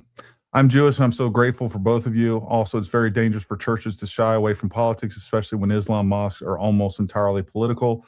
Also, welcome back, Gary. Thank you, Sage. Glad to be back. I really am. Welcome back, Gary. Man, in summer too, please pray for Dearborn, Michigan tomorrow with the beautiful bikers coming for our Christian march. I don't get scared, Yes, but sir. I am a little Amen. welcome, Demon Slayer. Go Tiger. Dim Slayer. Go Tigers. Yes, Lynn. We love you, Lynn. Lynn's the best. We're going to link up sometime next time I go up to Michigan. As a Jew, you having our back gives hope and comfort. We appreciate that. The reason I'm not an isolationist is because we need to have good relations with as many nations as possible to spread the gospel. Yeah, and we need to have as many good relationships as possible just for our own security and to protect our interests, which is what's been done since the beginning of this country. So, you know, that's really important. And that's what has built, that is what is like, there would, if without the footprint of the United States and our diplomacy actions and our business interests all over the world, you know, our embassies, our consulates, everything that we do, like we have prevented so many wars. We have figured out how to come to diplomatic agreements on so many fronts. And if we just collapsed in on ourselves, folks, number one, America would be the target for the entire world. They would see that as weakness, and they would not only overtake all the resources. China, like folks, you don't even, until 2023, I was working as a third-party contractor for the government. I was traveling to embassies and consulates all over the world to do security work. And I was shocked to see in South America the footprint that China actually has. Same thing with Africa. China is taking over. China's taking over with the Belt Loop Initiative. Absolutely. They are all over Mexico cities. I had a terp, an interpreter in Mexico City. He's like, Gary, you see all these high-rise buildings? I was like, yeah. He's like, China owns them all. It is unbelievable how they are establishing and spreading all over the world, and we're the only thing holding them back. So we need to be careful. It's peace through strength, American strength. But yeah, you want to have American weakness, American isolationism. Okay, well, you're not going to have peace. You're going to have the opposite of that for sure. Nope, 100%. Folks, I'm going to drop you guys down as you have spoken, and then we're going to bring up some other people. Kristen, go ahead.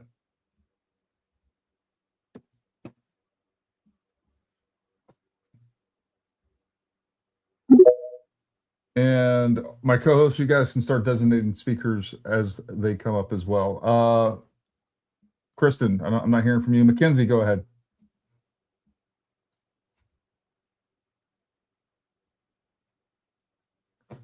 I can't hear anybody else speaking. Sorry. Yeah, no Gary. worries. No worries. Not a big deal. Eugene, I'll bring you back up in just a moment. But yeah, like, you know, we need to make sure that we're protecting our interests all over the world. And it is a very serious thing. And this idea, look, I understand as someone that, folks, I was with the initial push into Iraq. I can't tell you how many people, and I did 3 more combat tours after that. I can't tell you how many people I've lost in combat, which is just as many people as I lost after we got home. Like the suicide epidemic, especially among special operations, is through the roof. So I understand the cost of war, but don't be deceived. Like there are times, like war is a necessary evil, and I'm not going to get on the whole IRGC. I think we should absolutely destroy the IRGC. But if you disagree with me on that, that's fine. But the fact is I understand that we have been abused by our government, and we can look back and like there's a lot of things that were wrong with Iraq and Afghanistan, and all of that's true. But it's also true that if you want to destroy this country, start pushing isolationism. And I understand the Americans, people's feelings about like we have had too much interventionism all over the globe. I agree. But there's like a happy medium in there somewhere. And I'm not saying we found it yet, but the idea that we're just like going to ignore the rest of the world, which is what Tucker Carlson and some of these other people are trying to get you to do, that will destroy our country. That is a guaranteed way to destroy our country. We got to find the happy medium. The way that we drug out Iraq and Afghanistan was abominable. We could have won those wars. The way that a war should be fought is we have a perfect example of that, and that's Venezuela. That's what we're capable of. We were capable of going into Iraq and Afghanistan, be there for a month, and get out of there. And that's what we should have done. But instead, what we did is we drug it out 20 years. We drug out the fatalities. And the reason is like we adopted this coin doctrine from General Petraeus, which was like this war with diplomacy. It's not how it works. I mean, if you think back to the last war we definitively won, was World War II. And the way that you win wars is you kill your enemy until they're done. They're like, I surrender, I'm done. And then you work on unconditional surrender. That's absolutely right. No, you can't accept anything else because it drags out war. It causes more fatalities. And we started adopting that in the Korean War, Vietnam War, and even worse in Iraq and Afghanistan, global war on terrorism. So like we forgot how to win wars, and war is ugly. War is brutal. War is hell, as the saying goes. But if you want to prevent these long drawn out wars, they need to be fought with people that are intent on like winning has to be the goal. Destroying your enemy and making sure that they surrender unconditionally, just like we had with Japan. Yeah. So, and to connect the point of American isolationism with World War II, a lot of people don't understand that it's because of the doctrine of isolationism that was one of there were multiple factors, but one of the key factors that led to World War II. Following World War I, you have France, Great Britain, and the United States that all adopted an isolationist doctrine and position. And that's what allowed such individuals like Adolf Hitler to rise up and get more and more powerful. While France, Great Britain, and the United States were getting weaker and weaker and weaker, you have this evil ideology from a genuinely evil, sick demon, demonic man getting stronger and stronger and stronger. And when you have, the reality is there's enemies in this world. There's evil in this world. And until Jesus Christ returns, that's the way it's going to be. And so you have, say, the United States of America. If we were to adopt that pre-World War II isolationist doctrine, where the only thing that dragged us into World War II is when we got attacked by imperialistic Japan, December 7th, 1941. It's like we adopt that same doctrine once again, and you better believe that the communists of China, and you better believe that the Islamists of pretty much the entire Islamic world, 57, 58 Islamic nations, they will absolutely, as you said, Gary, they will see us as weak, and we will be getting weak. Isolationism creates weakness, and it won't be long before that power vacuum gets filled by this incredible evil. And when they see an opportunity, just like Adolf Hitler saw an opportunity, just like Japan saw an opportunity, they will take it. And we will be the ones, can't put a number on it because we don't know, but it's like World War II, we had 400,000 American soldiers that were killed. What would come from a isolationist doctrine and position today and a future conflict, future war? It would be much, much greater than that, because now we're actually talking about the use of world-ending weaponry. So American isolationism leads to catastrophe. Yeah, no, I couldn't agree more. And Yeah, no, I just couldn't agree more. Kristen or Sean C, welcome to either one of you guys can jump in. Whoever speaks first, jump in here. I just got here. Oh, okay. Which topic do you want me to cover? Whatever you want, man. You're free. Yeah, floor is yours. I thought that was you you, guys are Sean. talking. I mean, You yeah. changed your icon there. I couldn't tell it was you. I mean, I'm Tony Stark, bro. No, I mean, I've been up to stuff. I don't know. Do you want me to talk about that stuff or do you want to talk about this stuff? This stuff. Yeah, so as far as, I mean, I've talked about isolationism in the past in regards to Israel, I guess. I could touch on that a little bit in regards to the national security apparatus. Since most people aren't, actually, I'll kind of focus on the border. Obviously, this was a huge discussion during the Biden administration, and I happen to live on the border. Covering the border, living on there. I was 20 miles from the Louisville border in Arizona. I covered all of basically the Tucson border from Pima to Cochise, all over. And essentially, once all the networks left and went over to Texas because Governor Abbott had put up all the fencing. And although I did like go out there once, and I did go down to was it San Ysidro, California once as well. I primarily just focused on where I was originally grew up on, and most people don't know that a big part of our technology and the reason why we're able to stop, we should be able to stop anyways. Obviously, we purposely weren't stopping the mass influx of migrants during the Biden administration. That was something that was designed. And I would talk to people about if you were a foreign hostile state nation like China or Iran or Russia, what would be one of the first things that you would try to do? You would try to take down a country's safety net, which would be their social security and stuff like that. And if you can overrun that type of stuff, then you can cause mass disruption to states, to countries. And that's kind of what it felt like, because we were seeing, especially going in and out of Latin and South America, we were seeing these NGOs and then there were people outside of just like inside of Latin and South America. You had the Chinese that were flying directly into Mexico City. You had people that were coming from places in Africa that were flying directly into Mexico City and other places. So it wasn't just like it wasn't just like, oh, it's just people coming over from, South America or whatever the case may be, Ecuador or something like that. No, that was even close to the case. It was nothing like it was during the first Trump administration, or even before that. It looked nothing like that. It was completely odd, and it was an anomaly that Border Patrol hadn't seen before.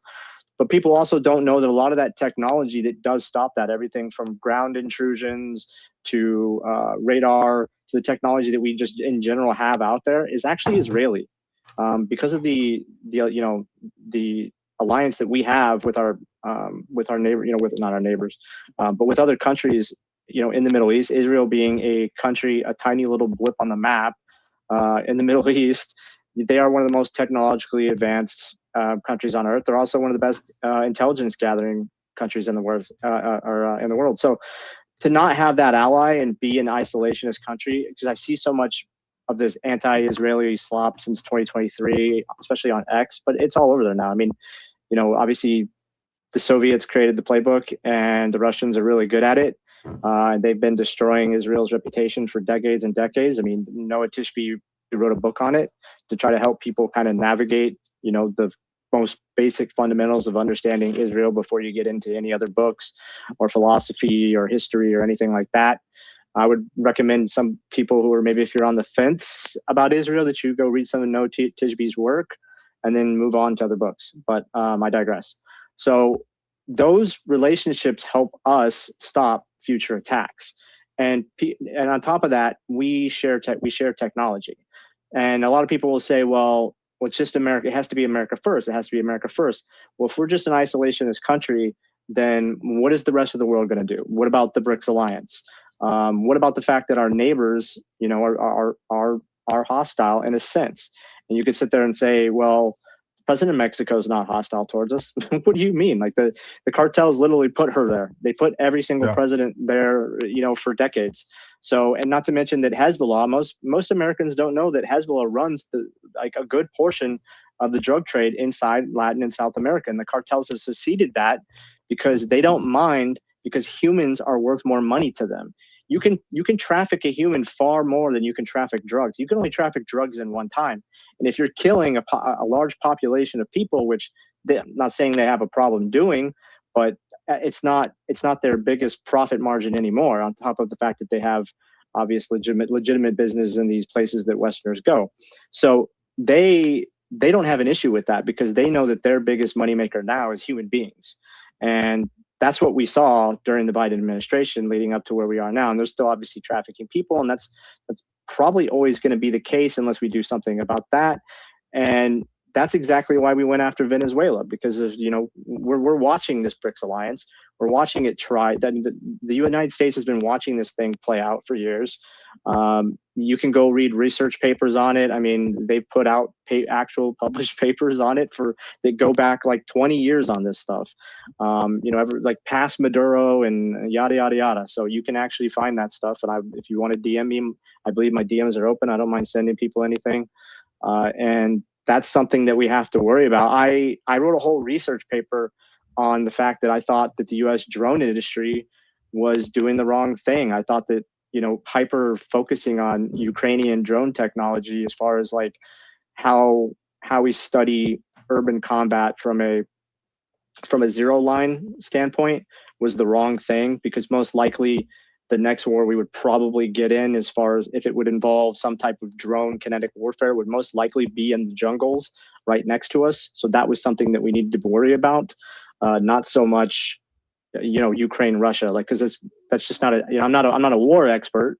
I'm not Gary or the pastor or anybody that's served. I'm not that. Just because I'm a former war photographer, that doesn't make me fucking LARPing Sean Osen. Okay, I'm not that. But that's just my take on my knowledge of being in those situations with a camera and being in the hostile territory, whether it's on my own soil, whether it's in Latin and South America or other countries, South Africa. I've been to these places. I've seen and met some of the most ruthless human beings on earth.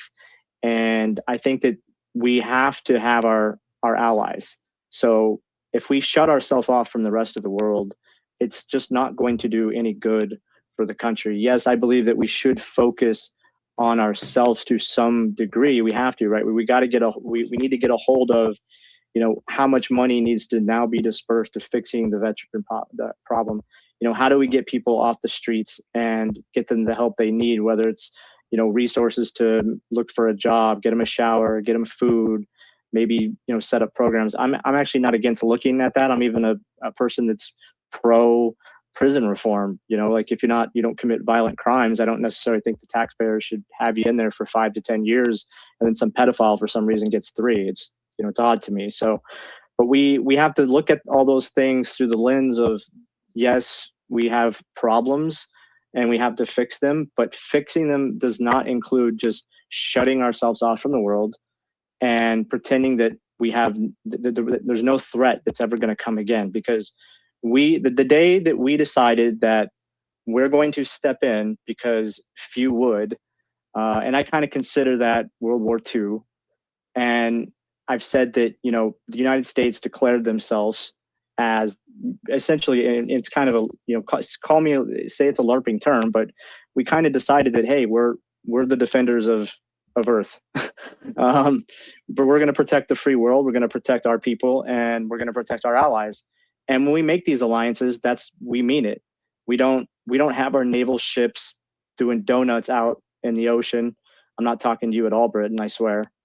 And we mean it. We're going to protect you to the point of, what we can do, what we feel is the best for our country, what is best for our allies, and and that goes back and forth. A lot of people, they sit online terminally, and they think they know about these things, or they think they know about the national security apparatus.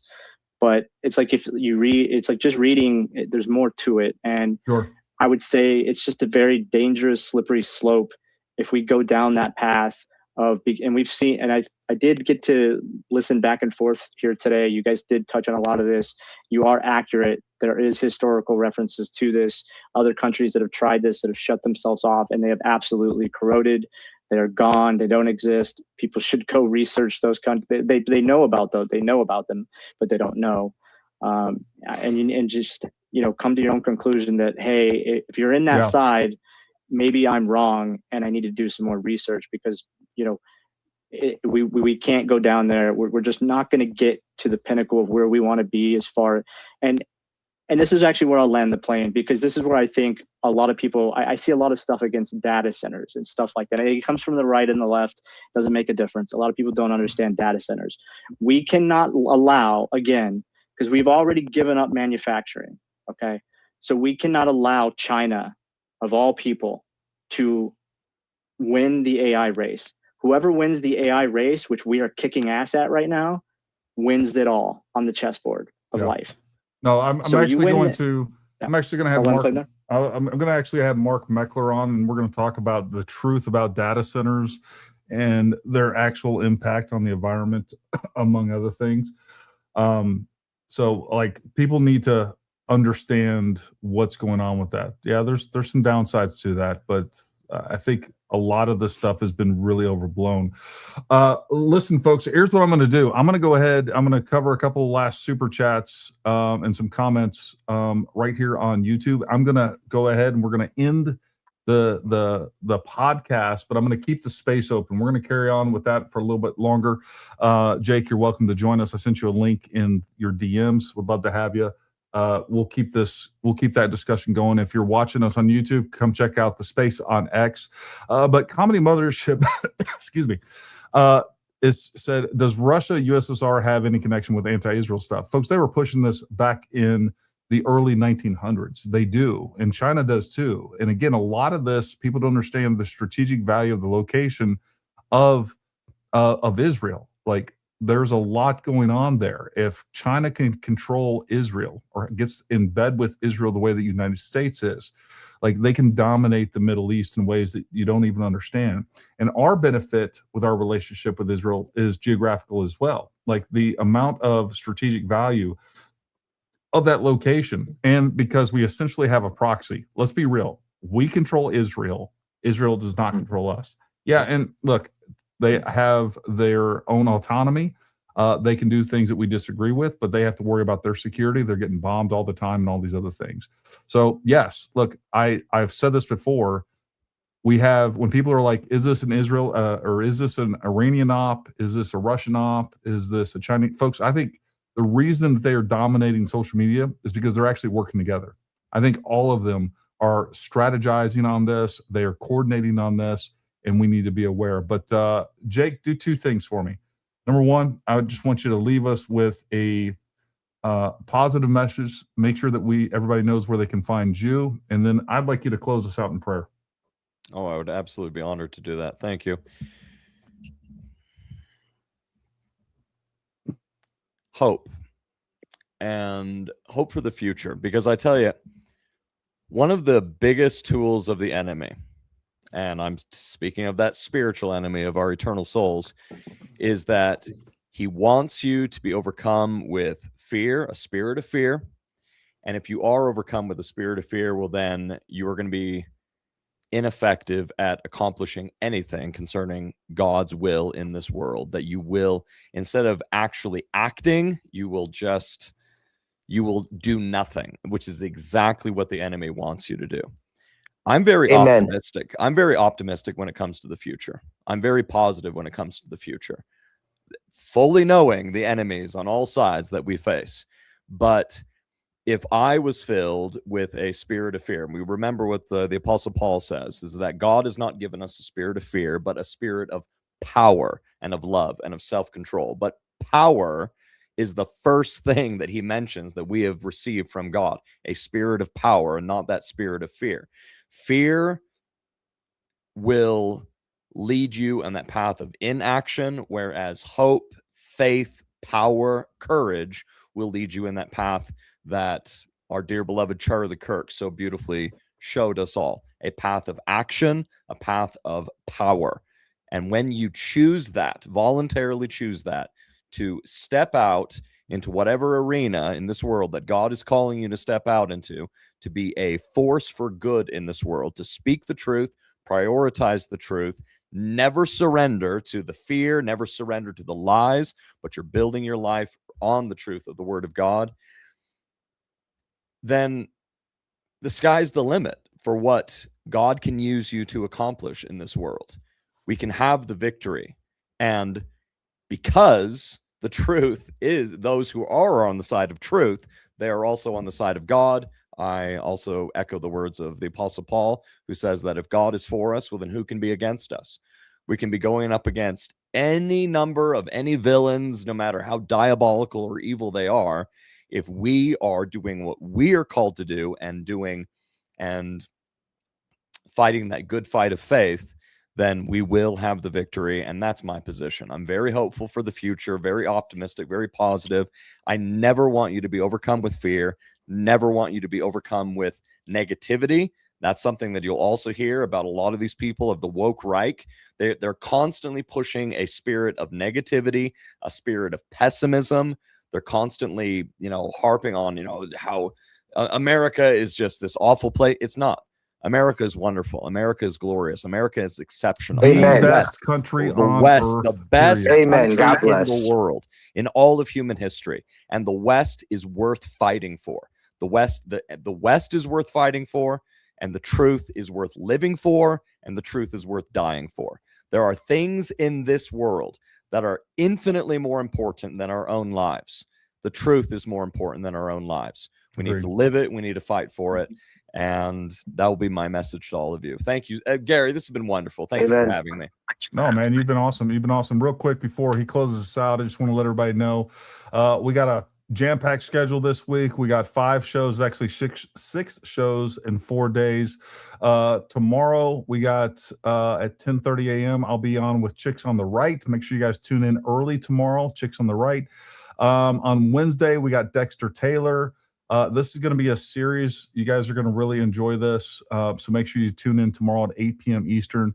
Thursday, we're at 9 a.m. I'll be doing a show with the Misfit Patriot. 8 p.m. on Thursday, we're going to have Chuck Ritter. And I actually, tomorrow at 8 p.m., 7 or 8 p.m., I'll put it out. But I'm going to have Rob Knorr on. He's actually one of the producers for Andrew Wilson. He is a interesting character all unto himself. We've had him on some spaces. He's very well spoken, a very good debater, and we're going to talk about some of the other elements of that tomorrow. But with all that being said, make sure you guys like, subscribe, all those things. Make sure you guys go follow Jake Hilton on X, and you're on YouTube as well, right? All your links are down in the description. I know that Jen put them there. Yeah, where I do pretty much, I would say 95% of all of my work is now on X. X is the place to be. My handle is right there at the Dem Slayer. It's what I'm dedicated to. I'm here to slay the demons on political left. And The political Dem right. Slayer, I love it, dude. That's awesome. Yeah, right, man. And Awesome. thank you for following on X, and any subscriptions on X would also be greatly appreciated. It's literally just $1 a month. Your support is greatly appreciated. And for those that do subscribe, you get to be an honorary Slayer. So hopefully, we're gonna get a lot of honorary Slayers. That's what we want, right? Thank you. God bless. And That's awesome. Yeah, make sure you guys look. We got to support the people. Like, we need to make the right people famous. And again, I appreciate everybody's support. Everybody that's a member on our channel. Make sure you guys go become a member and support Jake. Hook him up with some super chats. There's probably other ways that you can financially support him. The left and the woke right, man, these people are rabid. They support in the millions of dollars range. Like, these people, the amount of super chats that people like Baron Coleman, Candace Owens are getting is insane. And the way that they are financially supported, they share everything they put out. Like, if you want the truth to win, like, you got to support the people that you trust, right? So, Amen.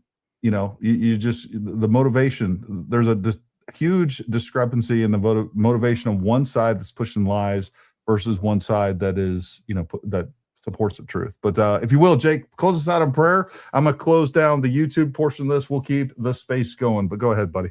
All right. Our dearest Father in heaven, great and glorious God of all existence, you that sit upon the throne of eternity, Eternal Jehovah, we bow before you and approach your throne of grace with boldness at this time, and in the name of your Son, Jesus, who is the Christ. We thank you for this time. I thank you for Gary and this wonderful experience of the invite and bringing me on his show. It's an amazing show. I ask you, Father, to please bless him, bless his family, bless everything that he puts his hand to.